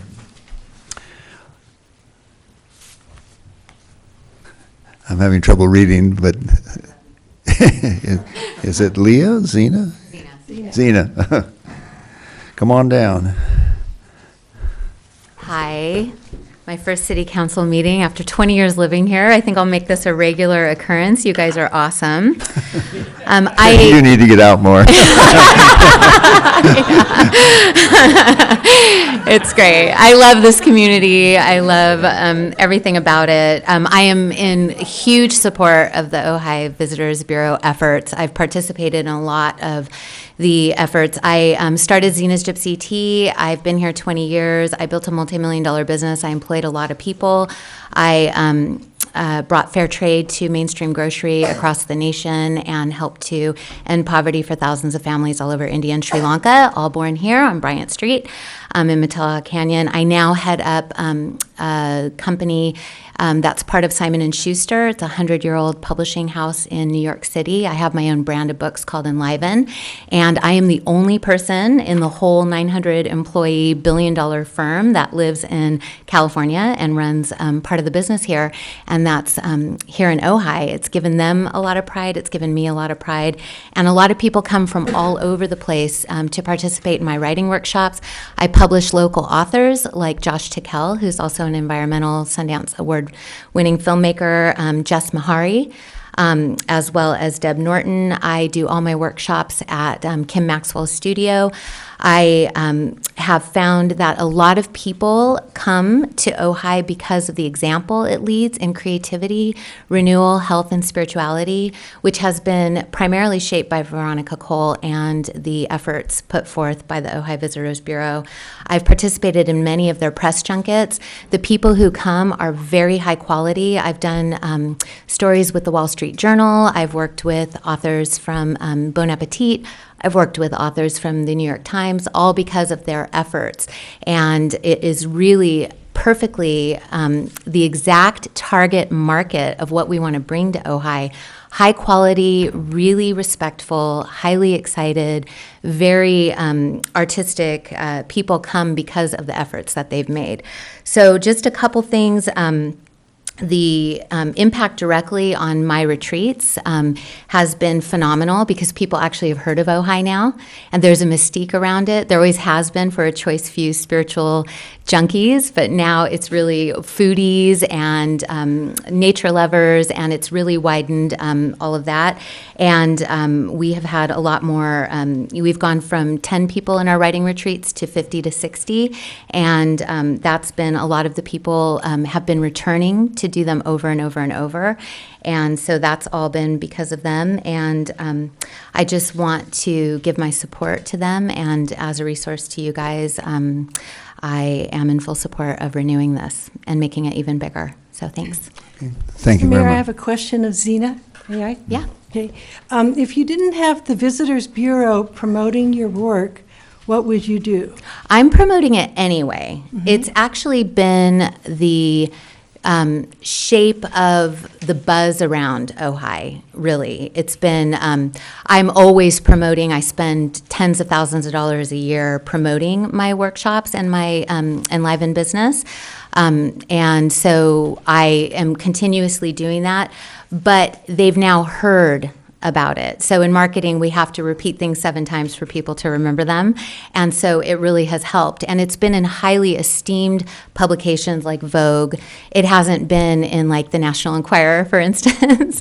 So it's been a very high quality hit, and it's been very classy, and I really have appreciated it. So Okay, thank you very much. You're welcome. Yes, thank you. Okay, thank you. Marcy Tosher?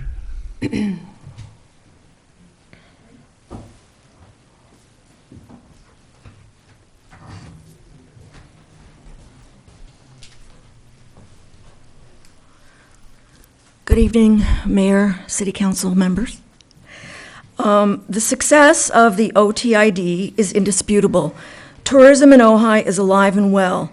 At risk, however, is the life and health of our little town. We need to be carefully assess whether this agency should continue for 10 more years, the majority of that time in a capacity that is potentially doubled because of a requested doubling of the tax from 1% to 2%.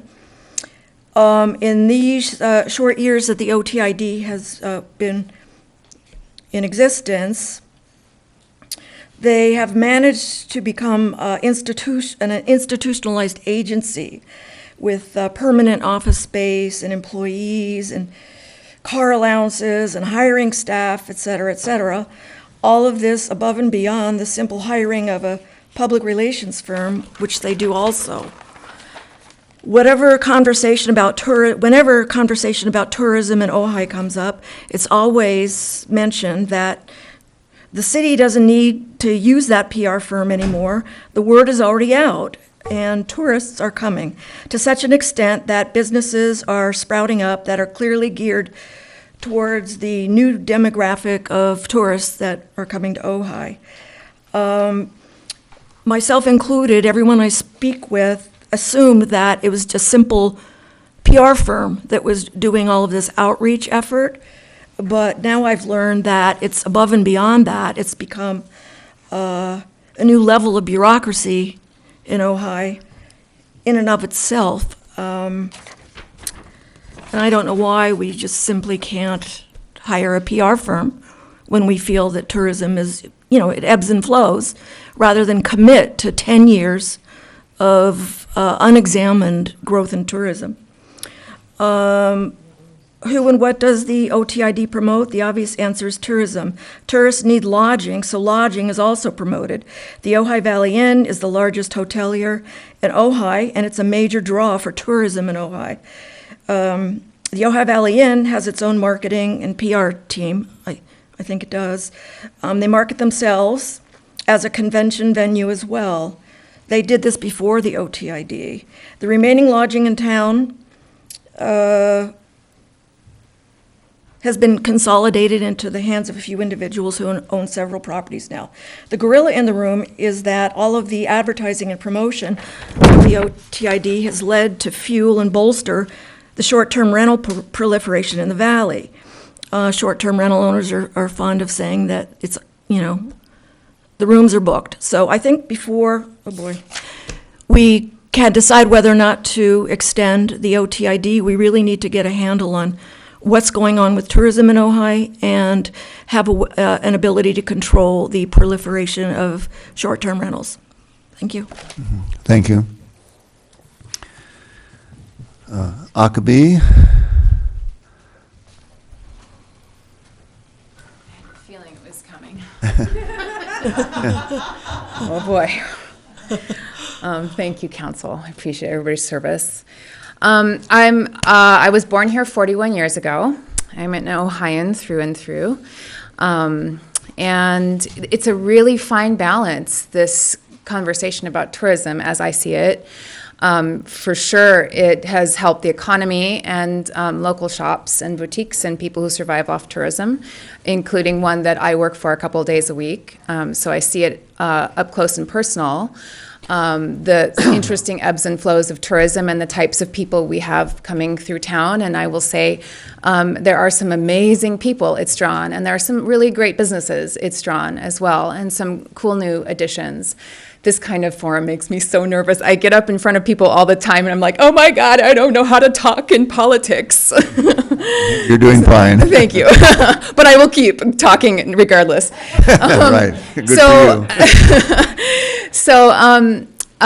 Yeah, when I hear 10 years, I think, wow, that is a big chunk of time. And it doesn't feel like it's taking into consideration the changes that we face regarding just the drought alone is a big issue, and our resources. What is the environmental impact to having this many people coming through town, having this many cars, additional cars in town? I'm not here to say bye-bye tourism, although the little girl, Ojai girl in me kind of does, to be frank. But I do see that there has to be a balance. And I just think, can we take this 1 year at a time or 2 years at a time and reevaluate and see where we're at, as has been suggested, there are days in this town, as we've all experienced, where I can't find parking. I circle and circle and circle and end up like 3 blocks down and around the corner in somebody's yard. Just kidding, but basically. And I start to have like PTSD flashbacks of when I lived in LA for a year. And I'm just like, whoa, where is my town? So, even that, it's like, it's more congestion. Do we have the ability to hold this? And how do we just maybe tone it down or just kind of pause with it and reevaluate how we move forward? All things considered. Yes, of course, the economy considered, but also the environmental impact and the reason that this town draws people in the first place, which is the spirit of this town, which is the heart of this town. I have 15 more seconds. My daughter was preparing to go to India, and we were looking for a few last-minute items. She needed flip-flops, cheap flip-flops, like $3 flip-flops. And she's like, Mom, I think we have to go to Ventura to get these flip-flops. And they were really important because they're like the shower flip-flops that somebody's going to steal anyway when she's in India. And then finally somebody suggested the Ojai surplus store. And they had it. They have things. I forget about it. And I was so grateful to go into that Ojai surplus store and remember we still have one little store that has all the goodies, the cheap goodies that like just people who live here just need, rain boots and like umbrellas and random last minute things. I see a diminishing of that in general, and I miss it. I miss more stores that are set up for the people who live here for the goods that we need, and more catering towards the tourist. And so I'm just asking for balance, a consideration of balance. Okay, Thank you so much. Okay, we have Laurel, is it Moore? Or Monet? Hi. Hi. I didn't prepare anything. I wasn't really quite sure exactly what this forum was about. I do have a question. It seems as though this tourism is basically funded by just taxes. Am I correct? Well, it's actually an assessment that is on the hotels and the short-term rentals. Right, so it doesn't cost the Outside city the city. anything. All right, so I want to let you know that I have a restaurant that I started 16 years ago. I started with 4 employees. Now I have like 33. All of these people depend on, we built this business on the visitors to a large extent. And I hear all the time about people crying about schools closing. Well, where do you think people go who can't work here? They leave. And I really want you guys to think about the local workers, because I employ 33. That's all I Okay. have to say. Thank you very much. Lisa Cassoni, is that correct? Hi, Lisa. Hi, thanks for listening to me tonight. I'm Lisa Cassoni, and I run the Porch Gallery in town. My partner and I live in downtown Ojai, bought a house in downtown Ojai over 7 years ago, and have had the gallery for 4 years. And I know a lot of people in this room tonight, and I just want to talk about one thing, because I don't think it's going to be addressed, and I'm going a little bit off my script, but I'm hoping that it has a little bit of impact. So it's something that I think is an unintended consequence that could happen. So my partner and I have gone to great lengths to be really good stewards and community members. We've been on numerous participants on city council, or excuse me, the Arts Commission, and in other ways we've contributed to the town. And we continue to do that. We have a student show every year, and that generates no money for us.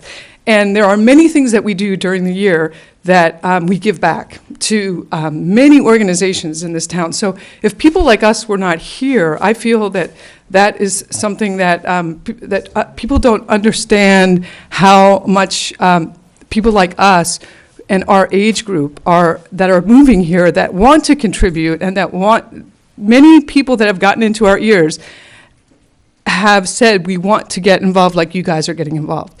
And the Visitors Bureau has been a huge benefit for us, because even though many people in Ojai have helped and supported our business, the majority of where our business and the money that comes from our business is from outside of Ojai. And that is something that we want to be here for the long term, and we want to get other people in our age group involved in this community. And I have to just say one quick thing about Angelo. If we don't have water, then we don't, this is a moot point. So I am going to be there tomorrow on Wednesday to participate in that too. So I see it as a bigger whole, and my partner and I do see it that way.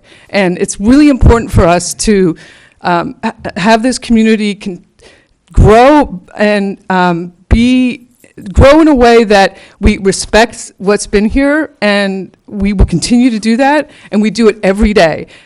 Everybody that comes into our space, it's an inclusive space. It's never been exclusive. So I hope that my fellow business owners that I've met since I've been here, a lot of them have contributed and given back. And so I hope that that doesn't go away if we're not able to continue to have our businesses here. And thank you. I have 10 more seconds.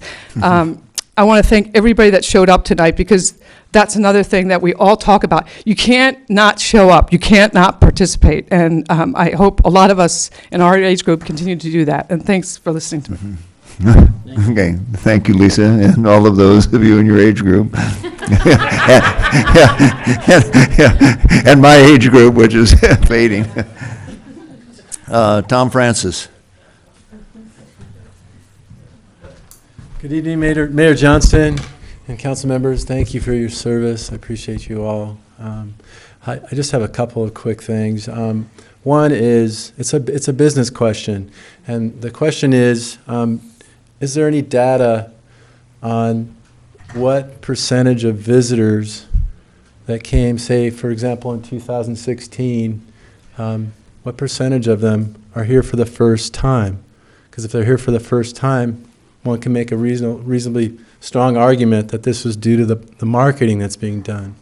But if a very high percentage of the visitors are repeat visitors, that would indicate to me that we're reaching market saturation, and that spending more or even continuing to spend what we're spending now may not really change things that much.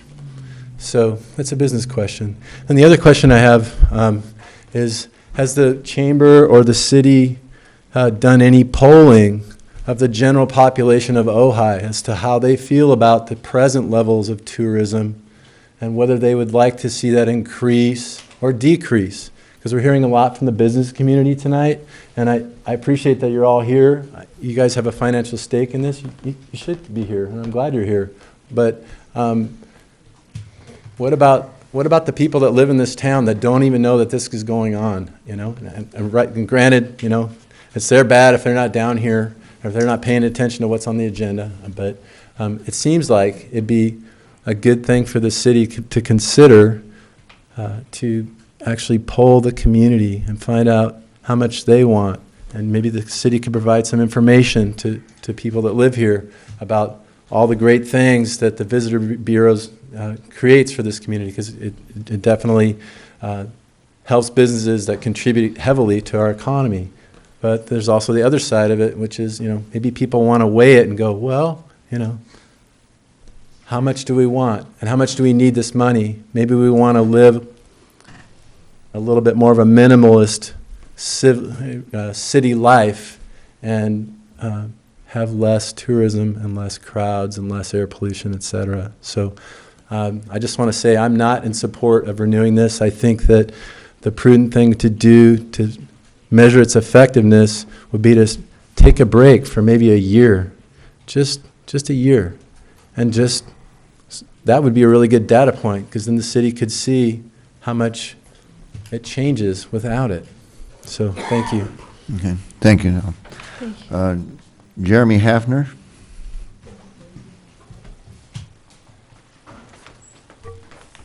Good evening, Mayor, council members. I am a resident and a business owner in the city of Ojai. My family owns Azzy Restaurant, and I'm currently opening up a brewery on Bryant Street right now. The city of Ojai is helped exponentially by programs like the Visitors Bureau. Programs like the Visitors Bureau at very least give some direction to the kind of visitors we would like to attract. Visitors looking for a mindful spiritual weekend. Those dollars also fund the work those businesses employ through local service, crafts, and construction people. It makes it possible for me to buy produce from local farmers instead of getting cheaper price and buying bulk from out of the area. It also makes it easy for me to buy a table for my new tap room from a local woodworker instead of ordering one from Alibaba in China. Most importantly, it allows my family's restaurant to employ over 30 people able to work in the community they live in, instead of having to commute 20 to 50 miles out of town for the same money. Tourism is and always has been the engine that drives our economy, and is at the heart of the livelihoods of almost every business in this city. Defunding the Tourist Bureau won't stop tourism, but if done, it will be a dangerous step taken by Ojai City officials, along with a small vocal minority in this community, towards effectively kneecapping the next generation of business owners and entrepreneurs in this town. We've already seen our population decline over the last 20 years. Young people will continue to abandon this town, taking their kids out of its schools and their tax dollars with them, if nobody here starts thinking about those families' livelihoods or realistically what this city is going to be 25 years from now. Thank you. Thank you. Megan Berquist.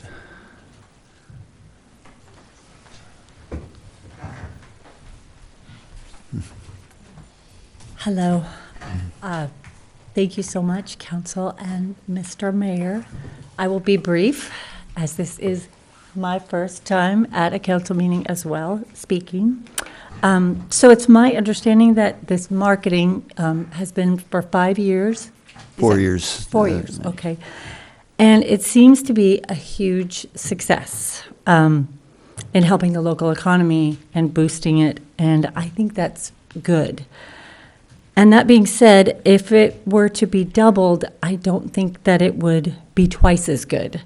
I think that it might even destroy many of the things that we love about Ojai.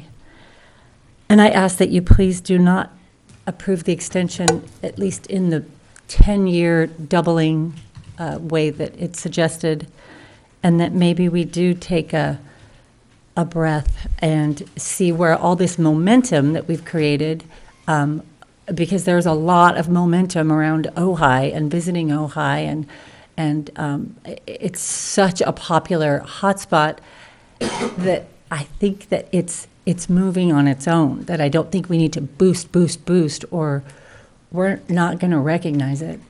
So thank you. Thank you. Steve Sprinkle.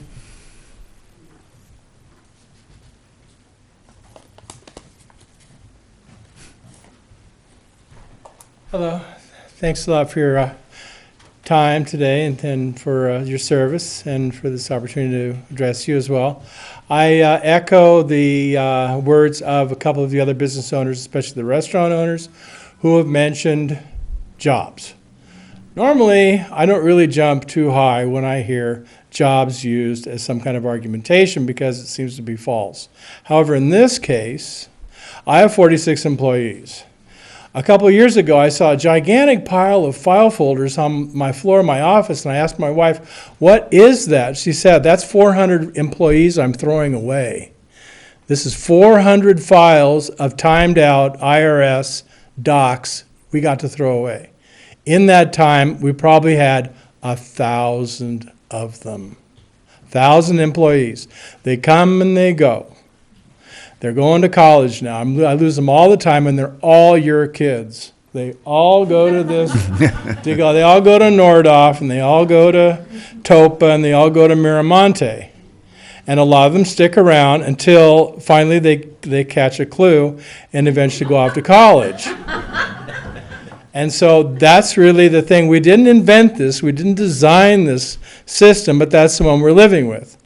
Now, my good friend Tom Francis and I talk about this an awful lot. He said, well, you know, Steve, you could downsize and you could stand and make a little less money. I probably wouldn't make any more or less money myself with fewer employees. But I know that the Ojai Visitors Bureau has helped bring more business our way, especially on the weekend when I have to really load up because so many people have come to town. The Ojai Visitors Bureau has brought a lot of writers, bloggers, people from all over the country, as well as regionally, Santa Barbara and Los Angeles especially, to interview us, and I think that's a measurable effect of the Bureau. These writers come, they interview us, and then the Bureau eventually then delivers the articles that were written. And it's not just about me, but it's about the Mob Shop, it's about Monte Grappa, it's about Casa Barranca, it's about Azu, it's about all the other businesses in town that benefit from having a little bit of outreach. My impression is that it might be best to compromise. 10 years is an awful lot to buy into because we really don't know what's going to happen with the economy in 10 years. And in 2007 and 2008, we saw what happened when there was a downturn. So I'd hate to be locked into something like that where you're really going to be fishing in an empty hole anyway. So a couple of years more might be a really good compromise. Thanks. Thank you, Steve. Leslie Ferraro? Mayor, council, staff, thanks for being here. Leslie Ferraro, I live on East Eucalyptus, and I just kind of wanted to say that I agree with what Bill and Akka and Marcy had said earlier. 10 years feels like a really long time. We're battling the STR issue, not so much here, but in the county, and for them to benefit from some of that advertising feels a little disingenuous for this town, and I would just like you to slow down a little bit and look at the whole big picture, the people that live here, the people that work here, as well as the people that we still want to have come visit. Thank you. Yeah. Thank you, Leslie. And I have one more card, Lisa Love. Thank you. This is my first time here. I didn't know how it worked, so I'm winging it. I didn't prepare anything. Okay, the red light is when you're done. Thank you. The yellow is the warning. So, first of all, I have a tourism-type business in this town, and I bring people in for retreats, and I bring individuals in primarily, though I do a few group retreats. I refer them to a number of businesses, such as the Mob Shop, et cetera, hotels, et cetera. So I can understand the business argument, and I have a vested interest in that. At the same time, my retreat business thrives if there's balance. If it starts to get so congested, which it's happened a few times to me lately, I'm like, my gosh, there is no parking anywhere. If it starts to be where we don't know people as we walk down the street, there's not that friendly feeling.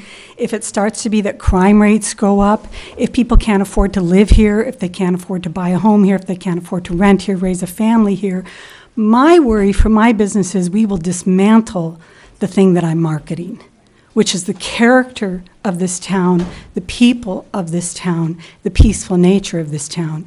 So for me, the key word is balance, whether it's take a year off, do 5 years, 10 years, it's balance. Thank you.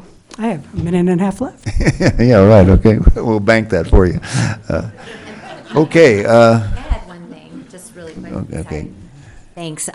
You know, the idea of taking time off, just so you guys know, in publicity, it can take 2 years for me to get a story for one of my authors. Like, it really is cumulative. It takes a long time, and you have to make a lot of calls to the same people over and over again. So I like the idea of balance, but just stopping it and then having to restart it, it costs twice as much and takes twice as much effort, just from a business point of view. Okay, thank you.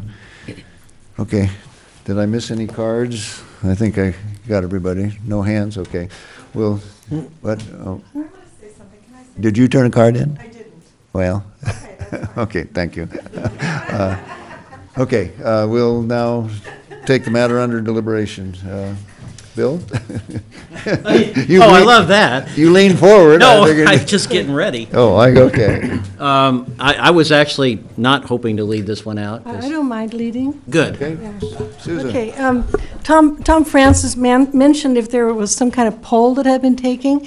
An informal poll was taken when I was campaigning, and I would say that the majority of the people who elected me, with 58% of the vote, feel that the time has come to put the brakes on tourism, that the town is out of balance. And I know a little something about publicity, And we do not need to depend on the Visitors Bureau for publicity. I'm not saying that I'm completely against this resolution. I definitely think it's too long, and perhaps we can craft a compromise. But when I wrote my first book, I knew nothing about publicity. My publisher hired a publicist, and I was in the Washington Post, national newspapers. I find it hard to believe that someone of Zena's caliber cannot get into Vogue. She could be on the cover of Vogue. She's so fantastic and beautiful. I feel like with the internet and the way publicity is done today, even anyone can do huge publicity. You can get national press. I was known, I did nothing on my own. It just happened by accident. When the press found out I didn't have a car, I became nationally known as Ojai's mayor without a car. It was in every newspaper. Okay, the TV camera came to my yoga studio one after the other. I had to, put the brakes on it because I couldn't teach my classes. Huh? When was that? This was in 1998. So it wasn't that long ago. Perhaps things have changed. But anyway, please, it's not a debate.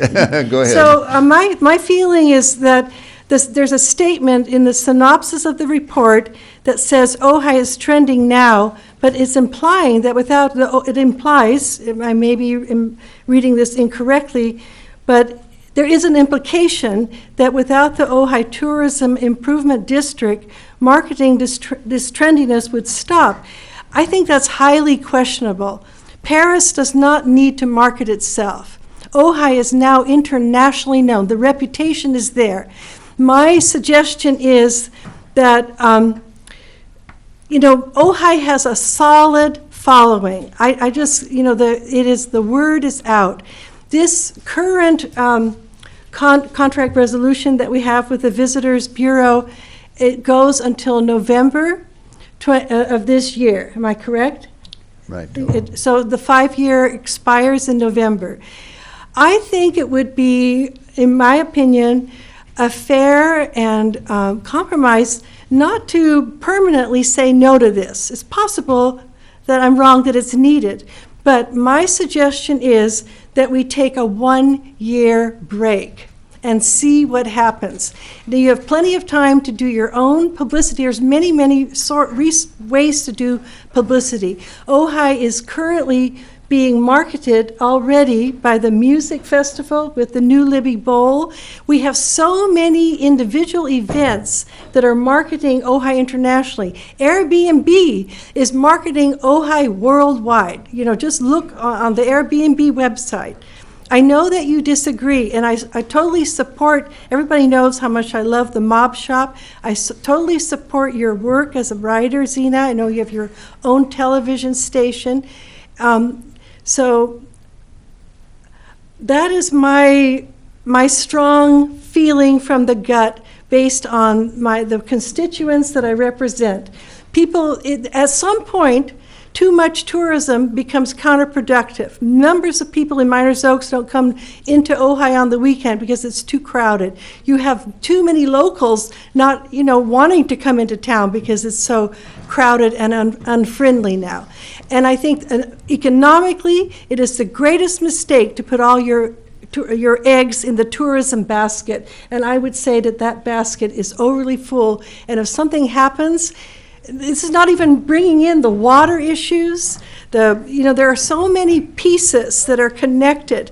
We are at level F traffic. We do not yet have a bicycle. We're working on a complete streets bicycle infrastructure so that we can get the tourists out of their cars. We're lucky that a tourist hasn't been hit because we do not have that infrastructure now. Thank you. Okay. I could go on for 2 more hours, so be quiet. Okay. Thank you very much. That's why I reached for the Yes, little, raise the gavel. Thank you. Are there any questions for additional information? And then we should have a motion if there's going to be one. And then we'll have carry on to the debate. But thank you for your comments, Okay. Susan. I have no questions, and I'm ready to make a motion. I move that we adopt resolution number, 17 dash what? To be determined. Okay. declaring the intention to renew the Ojai Tourism Improvement District, and Resolution 17- to be determined, requesting consent of the county to renew the Ojai Tourism Improvement District. Yeah, is there a second to that? I'll second it. Okay, we have a motion and a second. And as the resolution was written, 10 years and 2%? That's correct. Yeah, okay. And, Mr. Mayor, I do have some comments to make with regard to the motion that I just made. Sure. I think that there's a misperception that if you spend more money on advertising, you're going to get more tourists. I think that you have to spend advertising to maintain your level of tourism. And I don't believe that we are self-supporting in terms of people coming to Ojai. And I also believe that the valley is somewhat self-regulating and self-adjusting when it comes to the number of tourists, because we are limited by the number of hotel rooms that we have. Tourism, nobody can turn a blind eye to the fact that this is a tourism economy, and that's what drives this city. And you have to maintain your level of promotion, and you have to maintain your level of advertising in order to just stay where you are. If you don't, you're going to lose ground. Now, there may be some people in the community that say that would be a good thing. We need to lose ground on tourism. But I really believe that given the fact that we're a small community, we just have so many hotel rooms, we've now banned the short-term rentals, that the valley itself is self-regulating by just the number of sheer hotel rooms that we have. And to try to say that we don't need to continue to promote our city is very short-sighted. May I comment in response? It's not entirely true that we're self-regulating based on the hotel rooms in Ojai. The county is still debating the legality of short-term rentals throughout the whole valley. And as you see, there are 34 homes, 3 or 4 in the Arbolada alone, 4 on Foothill. There are short-term rentals proliferating in every corner of the Ojai Valley, and this is only the tip of the iceberg. And I would offer that since with our borders and so many of these short-term rentals being right on the border, I could not support a resolution that it seems like we're at cross purposes. Steve Bennett is working very hard to find some way to regulate the short-term rentals outside the city limit. Okay, we're not there yet. There are so many aspects to this resolution that I cannot support, but primary would be that it would encourage the proliferation, I feel, of vacation rentals. Certainly, you're putting a stamp of approval on them with this resolution as it stands now. Now, there are 2 resolutions. Did your motion, Paul, include both, or just the cities? No, it included both. Okay. Other comments? Do you have any comments? I'd like to just touch on a couple things. As a small business owner, marketing and branding is probably the most difficult thing to do. And, I've been in business 23 years here, and it probably took 10 to 12 years just to feel like this community knew me. So it's difficult to say that you want to market yourself and then you want to stop and then restart. It's just difficult to do. That's from the marketing standpoint. The other problem with the county and the county problems and the county issues, I think there's 2 ways to address it. The first way to me would be to, it's funny, I thought about this months ago and I said I wouldn't bring it up. But one of the things that the city and this community could do if we really want to interact more strongly with the county is to think about annexing some of this county property that's influencing or having an adverse influence on our community. But I think that discussion is far off, but it is something that someone might want to think about and someone might want to address. The other thing is to actually take our issues and our concerns vocally to the county and let them understand how we feel on a regular basis, just like we're letting these outside agencies that influence our water. We're manning up and we're addressing it and we're going more often. So I think that's another avenue to pursue. I don't think you're going to stop STRs if they're out there and they're legal. And even if they're not legal, they're going to go underground. And again, as a contractor, I deal with that all the time, that the underground economy is more powerful than any of us think. And from a landscape contractor's perspective, I drive in this community daily and see unlicensed contractors providing a ton of work that my company could provide, but people are buying them and using them because they're cheaper. So it's that issue I don't think will ever go away because of the underground environment. So again, I'm going to vote for it tonight. I think stopping marketing is not in the best interest of this community. I think it would be very, very difficult to start and stop. And so that's where I am in support of it. Mr. Mayor, may I respond to the point that he's making about stopping marketing Ojai? Well, let's wait till we hear from all the council. Okay, thank I'll come back to you. A couple points real quickly. First of all, one thing that is absolutely true is that the major beneficiaries of the tourism improvement district are probably small businesses, not the big ones, because the small businesses need the scale economies that big businesses have inherently. So it's really small businesses that this is most important to. At least that's historically the way it works. Second of all, we're not talking about a tax, it's an assessment. And while I'm open to discussion, but the motion's on the table, so it's not open to discussion on specific terms, I do not think that suspending it is in the interest of the economic health of a lot of people who are our friends and neighbors, and I don't want to abandon that. Okay, let me comment and then I'll come to you. I have several observations. One is I do not come to the same conclusion on self-regulation by the number of hotel rooms we have in town, only because of the phenomena that we've been experiencing for several years with the short-term rentals, and the fact that this is drawn for lodging for something that we don't permit in the city concerns me. When this program originally started, and there's benefits for the city as well as for the business community and for employees, so there's no doubt that they're a benefit. The question is to me, is whether or not, redoubling the effort for something that has been extraordinarily successful, and the product that we have, we're not selling, trying to think of some of the amusement parks, but we're not selling anything other than what we are. And to a degree, it's a form of nostalgia for those who can remember a simpler life, and to others, it's a demonstration project to young people when they come to visit. Some people live better than they do back home. But if we destroy that inadvertently, then business moves on anyway, and we're left with what's left behind.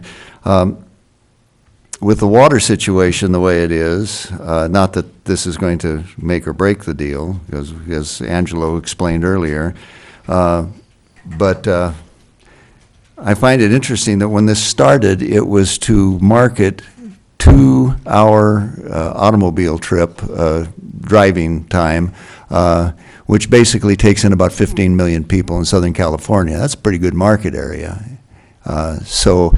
And now I see on the internet with pop-up ads from both Airbnb, Travelocity, and other companies, but more than that, even magazine articles in Paris, in Europe. So I guess, and then I was told that there was conversation that it was to be marketed in China. That disturbs me because I don't know what the long-term outcome of that is. 10 years seems an extraordinary amount of time, doubling the amount of money. Ojai has been voted, if not the best small town in the country, certainly in Southern California, and the reputation precedes it. But, you know, I would have to agree that marketing does have a certain amount of momentum to it, and when you break that momentum, it's a bit of a problem. But how much marketing do we really need to do, particularly if the goal was originally 15 million people in Southern California? So, not that I don't think organizations should have a longer lifespan than the mayor, but, 2 years seems, one of the reasons for doing that is to check up on ourselves and to see how either the mayor is doing or how the program is doing. I think doubling the rate of income and going for 10 years is not in the best interest right now of the city. I think there's something in between. So, anyway. Susan? Yes. I did hear Councilmember Haney and I think others say about putting, how did you phrase that, about not promoting? How did you say that? Stopping and starting. Stopping and starting. But we're not stopping and starting. The truth is that Ojai will still be widely promoted by the events at the Libby Bowl, all the art events, all the individual organizations and individuals will still promote Ojai. In 1 year's time, that's just a pause. I just find it impossible to believe that there, I'd like to just see what happens if we pause, and then by the end of a year, we'll have our water situation, have a better assessment on how to deal with that. We'll have a better control of our traffic. We have level F traffic. That is very serious. We have a very narrow road leading into Ojai. And to say that this isn't costing us anything is false. There's a hidden cost of all this tourism. It's not hidden once you open your eyes to it, but there's more police. There is an impact. There's services. There's an impact on the community when our downtown and all the traffic. Remember that the traffic is now spilling from Ojai Avenue onto the side streets. Okay, so pretty soon the side streets are more and more congested, and that depreciates our quality of life. It depreciates property values. There's nothing more that depreciates property values more than, well, there probably is, but when you have increasing levels of traffic and people parking on residential streets due to the ever-increased tourism, that depreciates home values. Those are just a few of the things that we need to look at.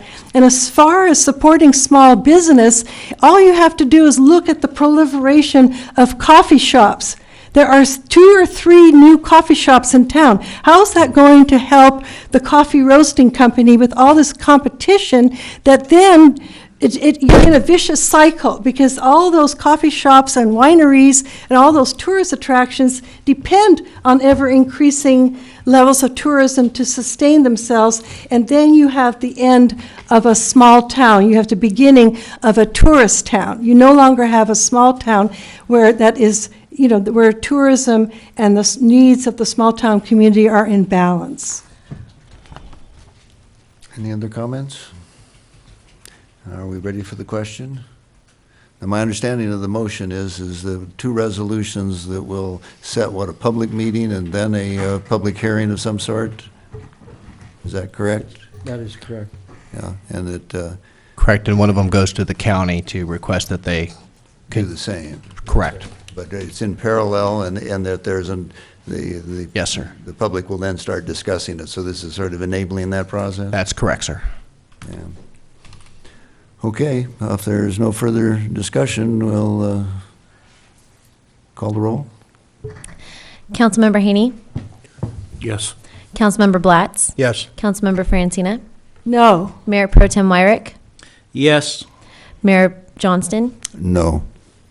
The motion passes. Next item on the agenda. Note the date for the public hearing. Oh, yeah.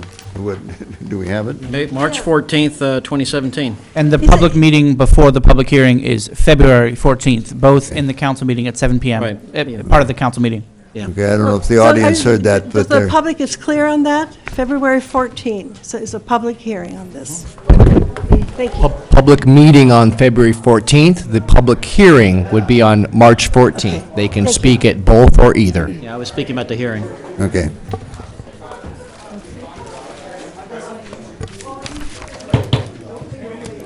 All right. Is everyone getting their umbrellas, or? Is it raining, really? I don't know, but I was wondering why they were leaving. I just didn't know how fast they would be leaving. The only thing they care about. Yeah, right. Okay, thanks for coming. Okay, did the audience hear that there will be a public meeting on the 14th of February, and then there'll be a public hearing on the 14th, was it, of March? Is that right? Okay, And fine. public hearings are, At the council chamber? And they're both part of the council meetings on those 2 nights, February 14th and March 14th. Okay, great, fine.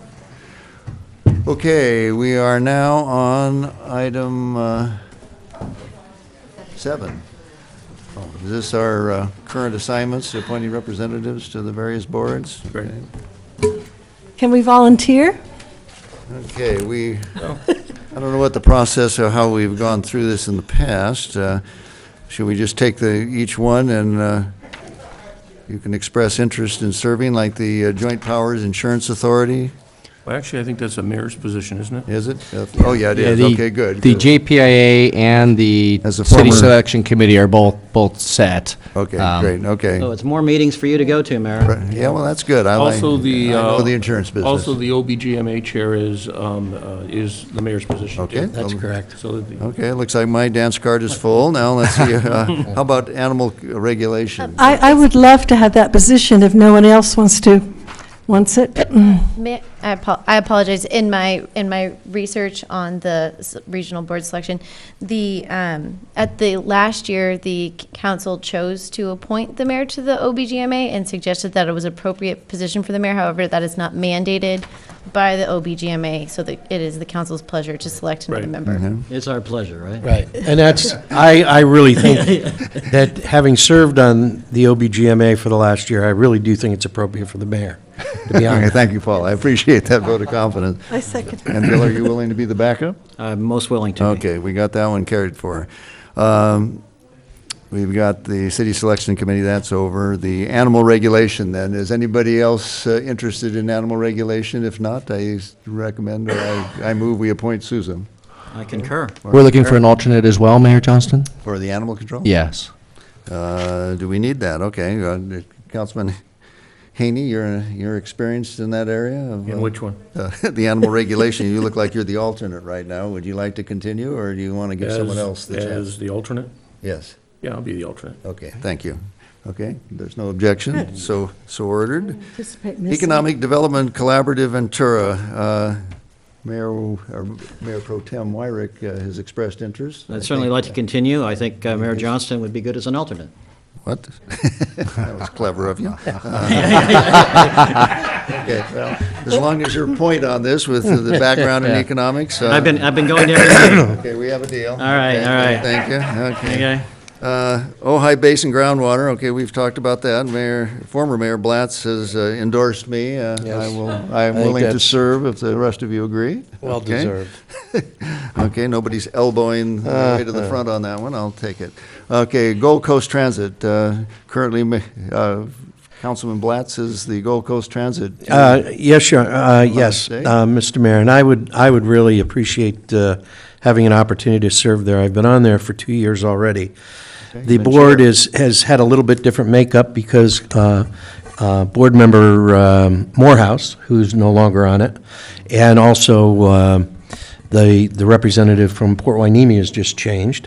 So it's a 5-member board. It's Supervisor Zaragoza and myself, and the representative from Oxnard are the 3 that are on it now. We have 2 new members. We're in the process of doing a brand-new facility for that particular agency, and I would really appreciate to be on it. Okay, well, I think with your experience and the importance to Ojai, we're up here in the cul-de-sac, but we do need the service, and yeah, I'm sure you will carry sway down there as a former chairman, I believe, right? Yes, I Okay. am. Okay, if Former there's chairman. Okay. Can we have an And, alternate as well? Yeah, okay, yeah, we're moving to the alternate. And I'll be his alternate. Okay. Okay. He hasn't missed a meeting, though. Okay. Randy's the alter ego, okay, good. Okay, if there's no objections, so ordered. The Council of Governments, I would like to continue on that. I was assigned it last year. As you can see, it meets 4 times a year. okay, and I'll So, I'll create- second your nomination. Okay. Is anyone else interested in that position? If not, okay, on the alternate, I'd be happy to be the alternate on that. okay, And then on the Ventura County Transportation Commission, I'd like to pick that up as the rep. is there anyone else? I thought, I was interested, but it is on Friday morning, and that is my big teaching day, so it's probably not realistic, at least not this year. okay. Yeah. Okay, so, okay, Randy, it looks like Great. you. And do we have an alternate on that? No, it doesn't show one. No. Right, okay. Very good. Now we're over to Regional SAN. Mayor Pro Tem Wyrick, I believe you have the experience and the willingness to serve, continue serving? Is that I'd love right? to continue, and I've been making every meeting, Okay. and we need an also- alternate, though. Okay, an alternate. Who else? Once again, I'll be the alternate. Okay, you're a good guy, Randy. I'm an alternate kind of guy. Right, okay, so any, I know. any concerns with that, or other volunteers? If not, okay, so ordered. How about the sanitary district? You want to stay on that too, Bill? I wouldn't mind switching with Councilperson Haney on that. Yeah, I would like That's what else I understand. the Ojai Valley Sanitation District. Okay, Yes. you want to be the rep, and Bill Bill will be the be your alternate. I alternate? wouldn't mind switching there. Okay, good, okay. So ordered if there's no objection. The Green Coalition, I think that's Susan. Yeah, I would very much like to do that in part because I'm going to be on the Complete Streets Committee, and it goes together so beautifully, so. I would like to heartily do that. support that. Okay, and Absolutely. are you interested, or who's interested in the alternate position? I would be interested in the alternate. Okay, is there any, I think we'll make a good team. okay? Yeah, No, definitely. There's no objection, so ordered. The Budget Committee. That's I you. would, yeah, I'd be happy to serve That's on you. that. That would be, yeah. You on the Economic Committee, me on the Budget Committee, perfect. Okay, Libby Bowl. Mr. Mayor? Yo, My take is that the Libby Bowl Committee was really an ad hoc group. I'm looking at the former mayor, and he's agreeing with me on that. I believe that committee was given a specific task and has completed its task. okay, so that's. I would agree. Okay, if That goes away. everyone's happy with that, I'm very I- big I- on having things go away. I apologize. Did I miss the assignment to the audit budget committee? It's Mayor. Lovely. The mayor. Just wanted to make sure, I just want to make sure it's clear. All those budgets, all those years. Yeah, right. Okay, Ojai Valley Hospital Board. You know, if no one would like that, I'd take a shot at it. Okay, Randy? I'm not sure how it works. I don't, is it a new position? Yeah, I don't think so. May I provide a point of some clarification on this? So this is something that traditionally has been actually kind of an invitation by the hospital board, and Councilmember Lara had happened to announce at the meeting that he had joined the board. However, it hasn't been customary prior to that for a council member to sit on that board. Maybe wait on that and see whether we're invited? Is that a good idea? Or perhaps to just defer to past practice in that he was just announcing it at that meeting. So point of clarification, is it your understanding that this was a seat on the board, or somebody who was just sent as a liaison, much like the council might assign a liaison to attend school board meetings? It was actually neither of those. Okay. It was very simply that Councilmember Lara, as an individual in the community, had been asked to join the board, and then he announced at this present Okay, so at the we'll- meeting that this all happened, that he had done so. Okay. Now, okay, we'll move on then to the Ojai Valley School District, or the Ojai School District. We have liaison is that what it is just a liaison? Right. Yeah. Do we want to continue that? The difficulty in it is the fact that they meet on Tuesday nights also. Yeah. Well, Yeah, maybe we just let that go. yeah, I'd like to revisit the whole concept of liaison as to what that provides for all of us, because everybody's up to here with scheduling. and I agree. Some of the places we go, we're not necessarily, I won't say we're unwelcomed, but, Not embraced. yeah, and not embraced. In Well put. in some areas. Yeah, in some areas. Okay, got all that? Can I just ask about the Ojai Valley School District? Did you go to that? Yeah, I did. I attended a majority of the meetings, and then when they got, Well, any member is welcome to attend, so if you'd like. Right. We can just attend, because I think somebody, maybe we can take turns attending or something. Well, I don't know. well, that- if you'd like to take the year on, I'd second it. Okay, we're not going to have a liaison, but anybody who'd like to Oh, go, okay. and there are times when you want to go. I think you attended I one went very tonight. recently. I went tonight. Okay, so that, Amber, are you good with all that, or do we have to, you need clarification? I'll double check my notes with the city manager, and should we have a question, we'll. Okay, thank you. you. Okay, that takes us to item, was it 9? 8. Or 8. Okay, item 8. Consideration of allowing the application to proceed for a proposed development project. This is the land swap proposal down near the old Thomas Aquinas thrift shop. It's a little area where we have a pedestrian pass. Anybody know? I don't have any cards on it, so is there any? Would you like the staff report, please? If I could have the city attorney please give a brief presentation on this, since you've been the primary person working. Thank you, Mr. McClary. Just a brief report. I'll trust the council's read the materials. What's before you isn't the final approval of anything. What's before you is a mother may I of sorts to allow the project to continue and to allow it to be developed to something that could be brought for formal approval. It's a proposed land swap. There are 3 parcels all in a row in between Bonnie Lou's and the Board of Realtors building. In particular, one parcel has a small kind of empty building now. Next to it is a city walkway, and next to that is another parcel that right now has some trees and vegetation. The proposal from the property owner is to swap the 2 parcels so that the city's path would be next to Bonnie Lou's, then putting his 2 parcels together, enabling an outdoor dining area to be built next to the existing building, which would enable 3 different restaurants, or 1 brewery and a restaurant and a wine tasting group, allowing the properties to be put together to create a greater pedestrian environment.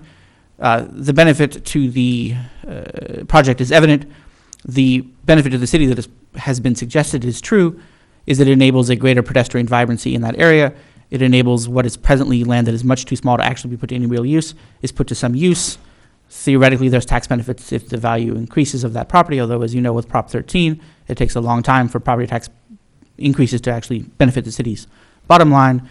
And there'd be a benefit from a security perspective from greater people running through the area. Potential downsides would be greater development, potentially greater traffic, some parking concerns, and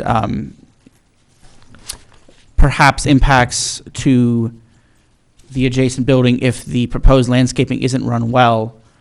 The expectation, if the council approves the project going forward, is for staff to work with the developer and his representatives to develop a concrete proposal to come first to the planning commission, and then second for council to approve the necessary land use permits for the project, and also development of and bringing into the planning commission and council approval of a development agreement or other suitable agreement to memorialize the transaction, ensuring a couple of key points. 1, that the land is swapped with appropriate documentation of that.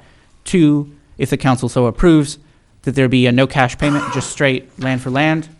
And 3, that the developer and property owner be required to maintain the landscaping that they install, maintain and pay for the lighting, and maintain and install a new pathway, ensuring that the city's land isn't just given as bare land, but has a fully put together pedestrian pathway. And I'm available for any questions. I have a question. Yeah? Yeah. When you say pedestrian pathway, that's the public can still go through there. It's not limited to the to the people at the restaurant. Yes, that's Thank correct. you. It would be a fully open and available pedestrian pathway, the same as it is now. Okay, thank you. Yeah. So Under the right conditions, if you've been out there, I went out and walked the property, it seems like there could be very beneficial both for the adjacent property owners, for the community in general, and actually improve the passage. Yeah. Under the right conditions. And I think that there's enough in it for everybody that the developer would be happy to do that, so. Anyway. It seems that there's a good opportunity for a win-win here. Right. Before you make any motions, I would recommend seeing if there are any public comments. I know representatives of the applicant are present. You may wish to hear from them as well. Thank you. Okay, public comment on this issue. I didn't get any cards, but if there's someone who would like to speak, now would be the time. Thank you, Council and Mayor. Jeff Becker with the Becker Group. We manage the property for the family, the Shanks family, who live here locally. And we've been at it for a while in the project. I think we're now into our second year, so we're really looking forward to moving the peanut down the road and improving the property, improving it for the city and the neighbors and the tourism that's going to be coming and swamping us over. It's really needed. You know, the building's a vintage building and has had a great run, but its time has come. So we're anxious to get going and go through the process. It's, you know, this is our second time in front of you guys. I know we have some new council members, but we're anxious to get going and get the job done. So appreciate your support on it. Okay. We have a motion to, or is there anybody else who wishes to add anything? Steve?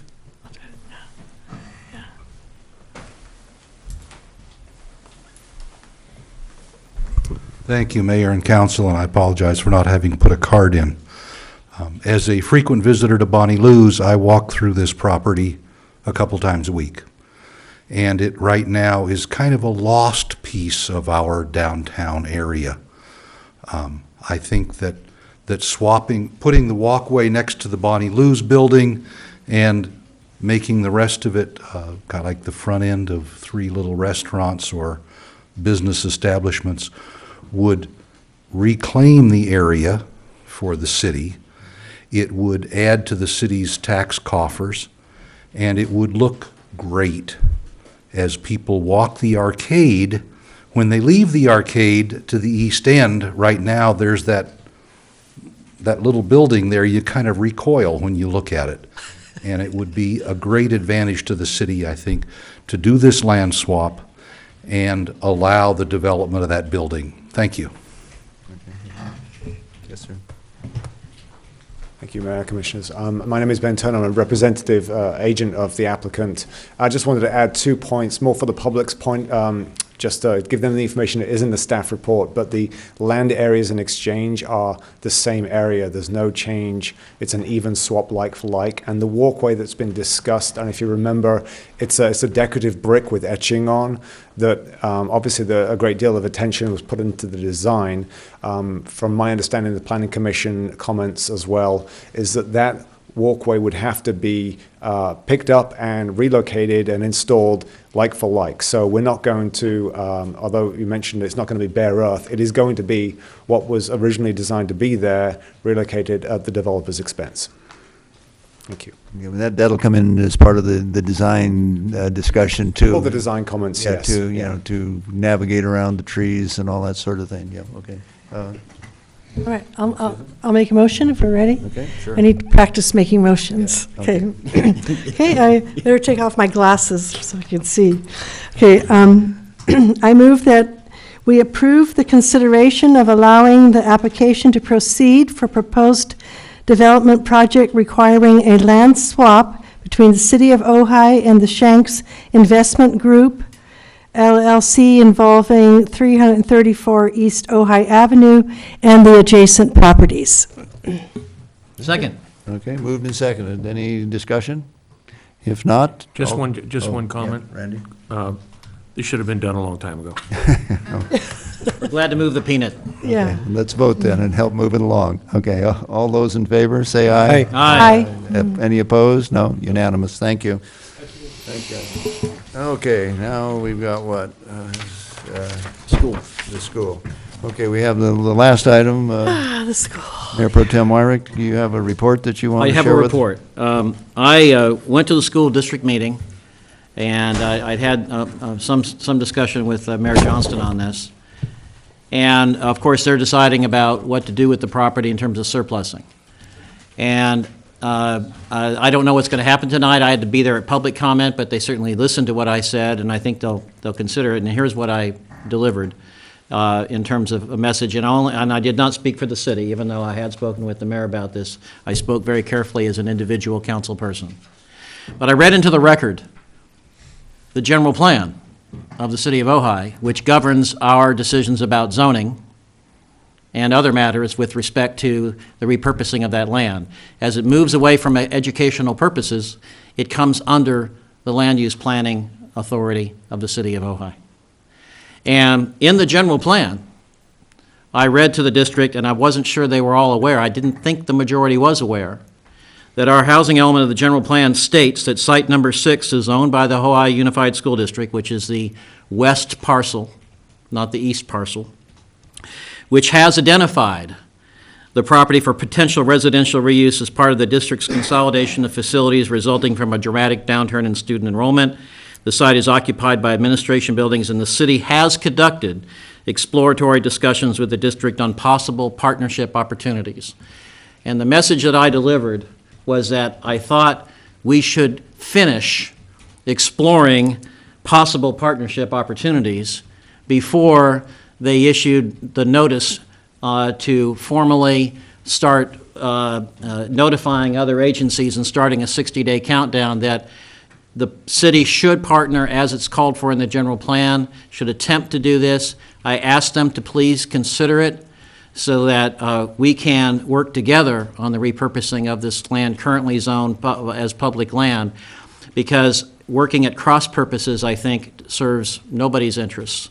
I also individually expressed the opinion that this land is this public land that was donated to the school district, if at all possible, should continue under the control of local elected officials.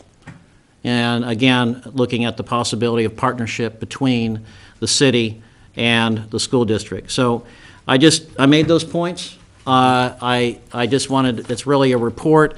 I think that, I hope that they don't force us to respond under a 60-day countdown to that property. I hope they will know after we watch the video whether or not they're going to respond in terms of initiating a partnership opportunity discussion with us. Okay, well, thank you for being at the meeting and communicating with them. I did receive a note from the chairman, not since the meeting's been held, but the chairman of the Board of Education wanting to meet with my office, and I assume that's to sort of clear the air as to what they're doing and what we're doing, because we do have land use control over the thing, so it's another opportunity for partnership. And just to add to that, we're also a tenant right for the skate park and the parking facility. We need more. We have issues in our general plan that need to be advanced by working with them, like recreational opportunities and affordable housing and increased parking on the east end of downtown. So it's just, I think there's a win-win there, and I'm sorry to go on, but I just think it's important. Mayor, I have one comment on that. I believe when I checked into the 7-Eleven Commission when it was being developed, and I researched it, the surplusing of school property, the first person who has the option to make that purchase is the local city, and then the second are your affordable housing agencies. So I know those are two things that have to be done prior to them doing anything. Is one, they have to notify us and give us first opportunity. So. Okay, I think that brings us to the end of the agenda. City manager. Oh. Are we moving on to city manager reports? Yep. Okay, thank you. You have something you need to share with us? Certainly. I'll be fairly brief here. Defined fairly. Less than 5 minutes. That's good, thanks. First off, I wanted to note that this is actually going to be the last council meeting that Commander Kenny is going to be at. It kind of snuck up on me, so I apologize for that. As we all know, it's nothing I did, is there, Commander? He's received a promotion and he's moving up in the world. But his very able replacement, Captain Jim Freihoff, we will be introducing him at the February 14th City Council meeting. I understand the mayor has also, the sheriff has also asked to be here this evening. So we will briefly introduce Captain Freihoff at the 14th of February. And Dave, we wish you well in your endeavors. And again, sorry, would have been a little bit more prepared here, but it snuck up on me. So that is my fault. Serving you in the city. Thank you. Thank you. But I didn't want to not let the opportunity pass without saying something. Secondly, I wanted, yes, indeed.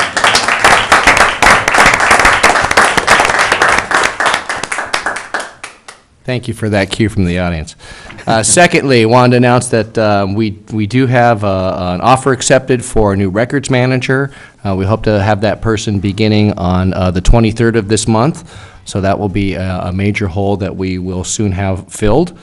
I also wanted to note that I apologize. I know there are many people in the community who are very eager for the city to roll out the permit regulations and applications for the medical cannabis.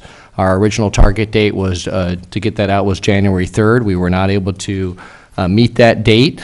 I just want to rest assured that it's not a matter of staff dragging its feet or trying to delay this in any way. We had some technical things that we were still working on.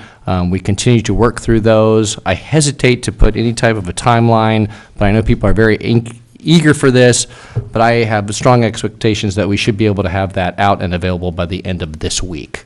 We are quite close on Some that. of that product survey? that you There guys was no provided? product survey involved in that. No, I was not part of that team. Volunteering for another committee, Randy? No. And lastly, I wanted to, and I will hand out a copy of this, but I have a copy for the public here. I did issue an administrative memorandum today. This is in regards to the interpretation of the design review permits and how those are being applied in the city. So through my action, I have changed that interpretation and given direction to staff. So the idea here is that I've given direction to the Community Development Director to apply a new interpretation that a single-story dwelling in a single-family residential zone under 24 feet in height and all accessory buildings or improvements associated with the residential use not over 24 feet in height and not on a slope of 50% or greater are exempt from a design review permit. So if you have any questions on that memo, please let me know, but I did issue that today.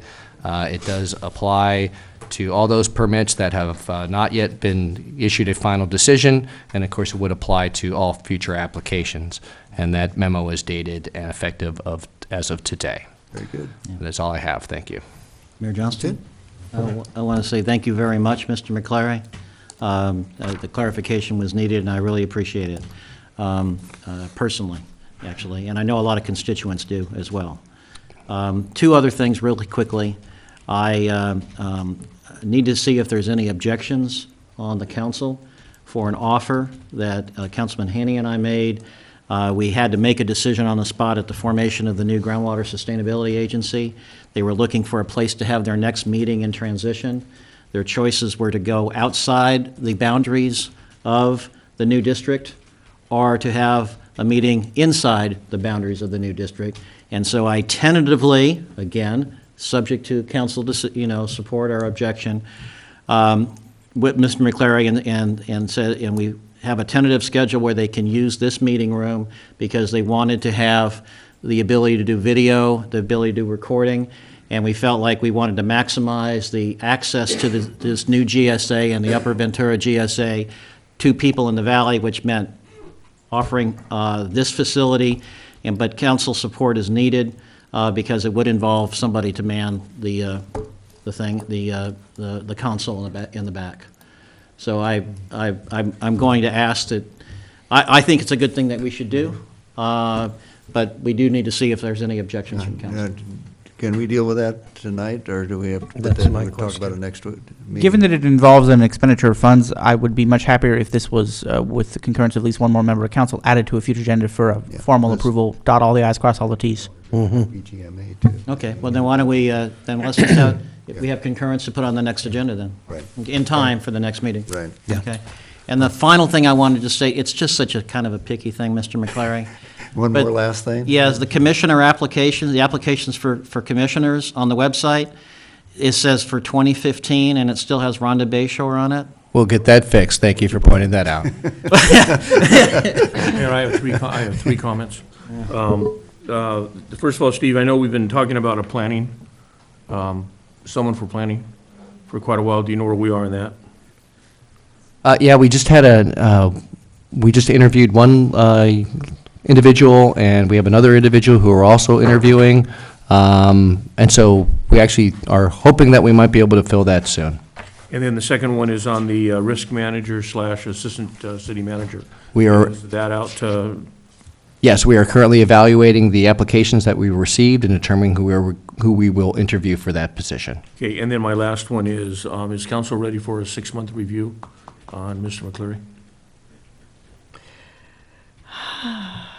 I don't feel ready, since I'm new. Yeah, I agree. Yeah. I think any more? Nope, that's all I have. Okay. There being no further business, thank you all for coming. Captain Kinney, I didn't want to bother you with questions for the record.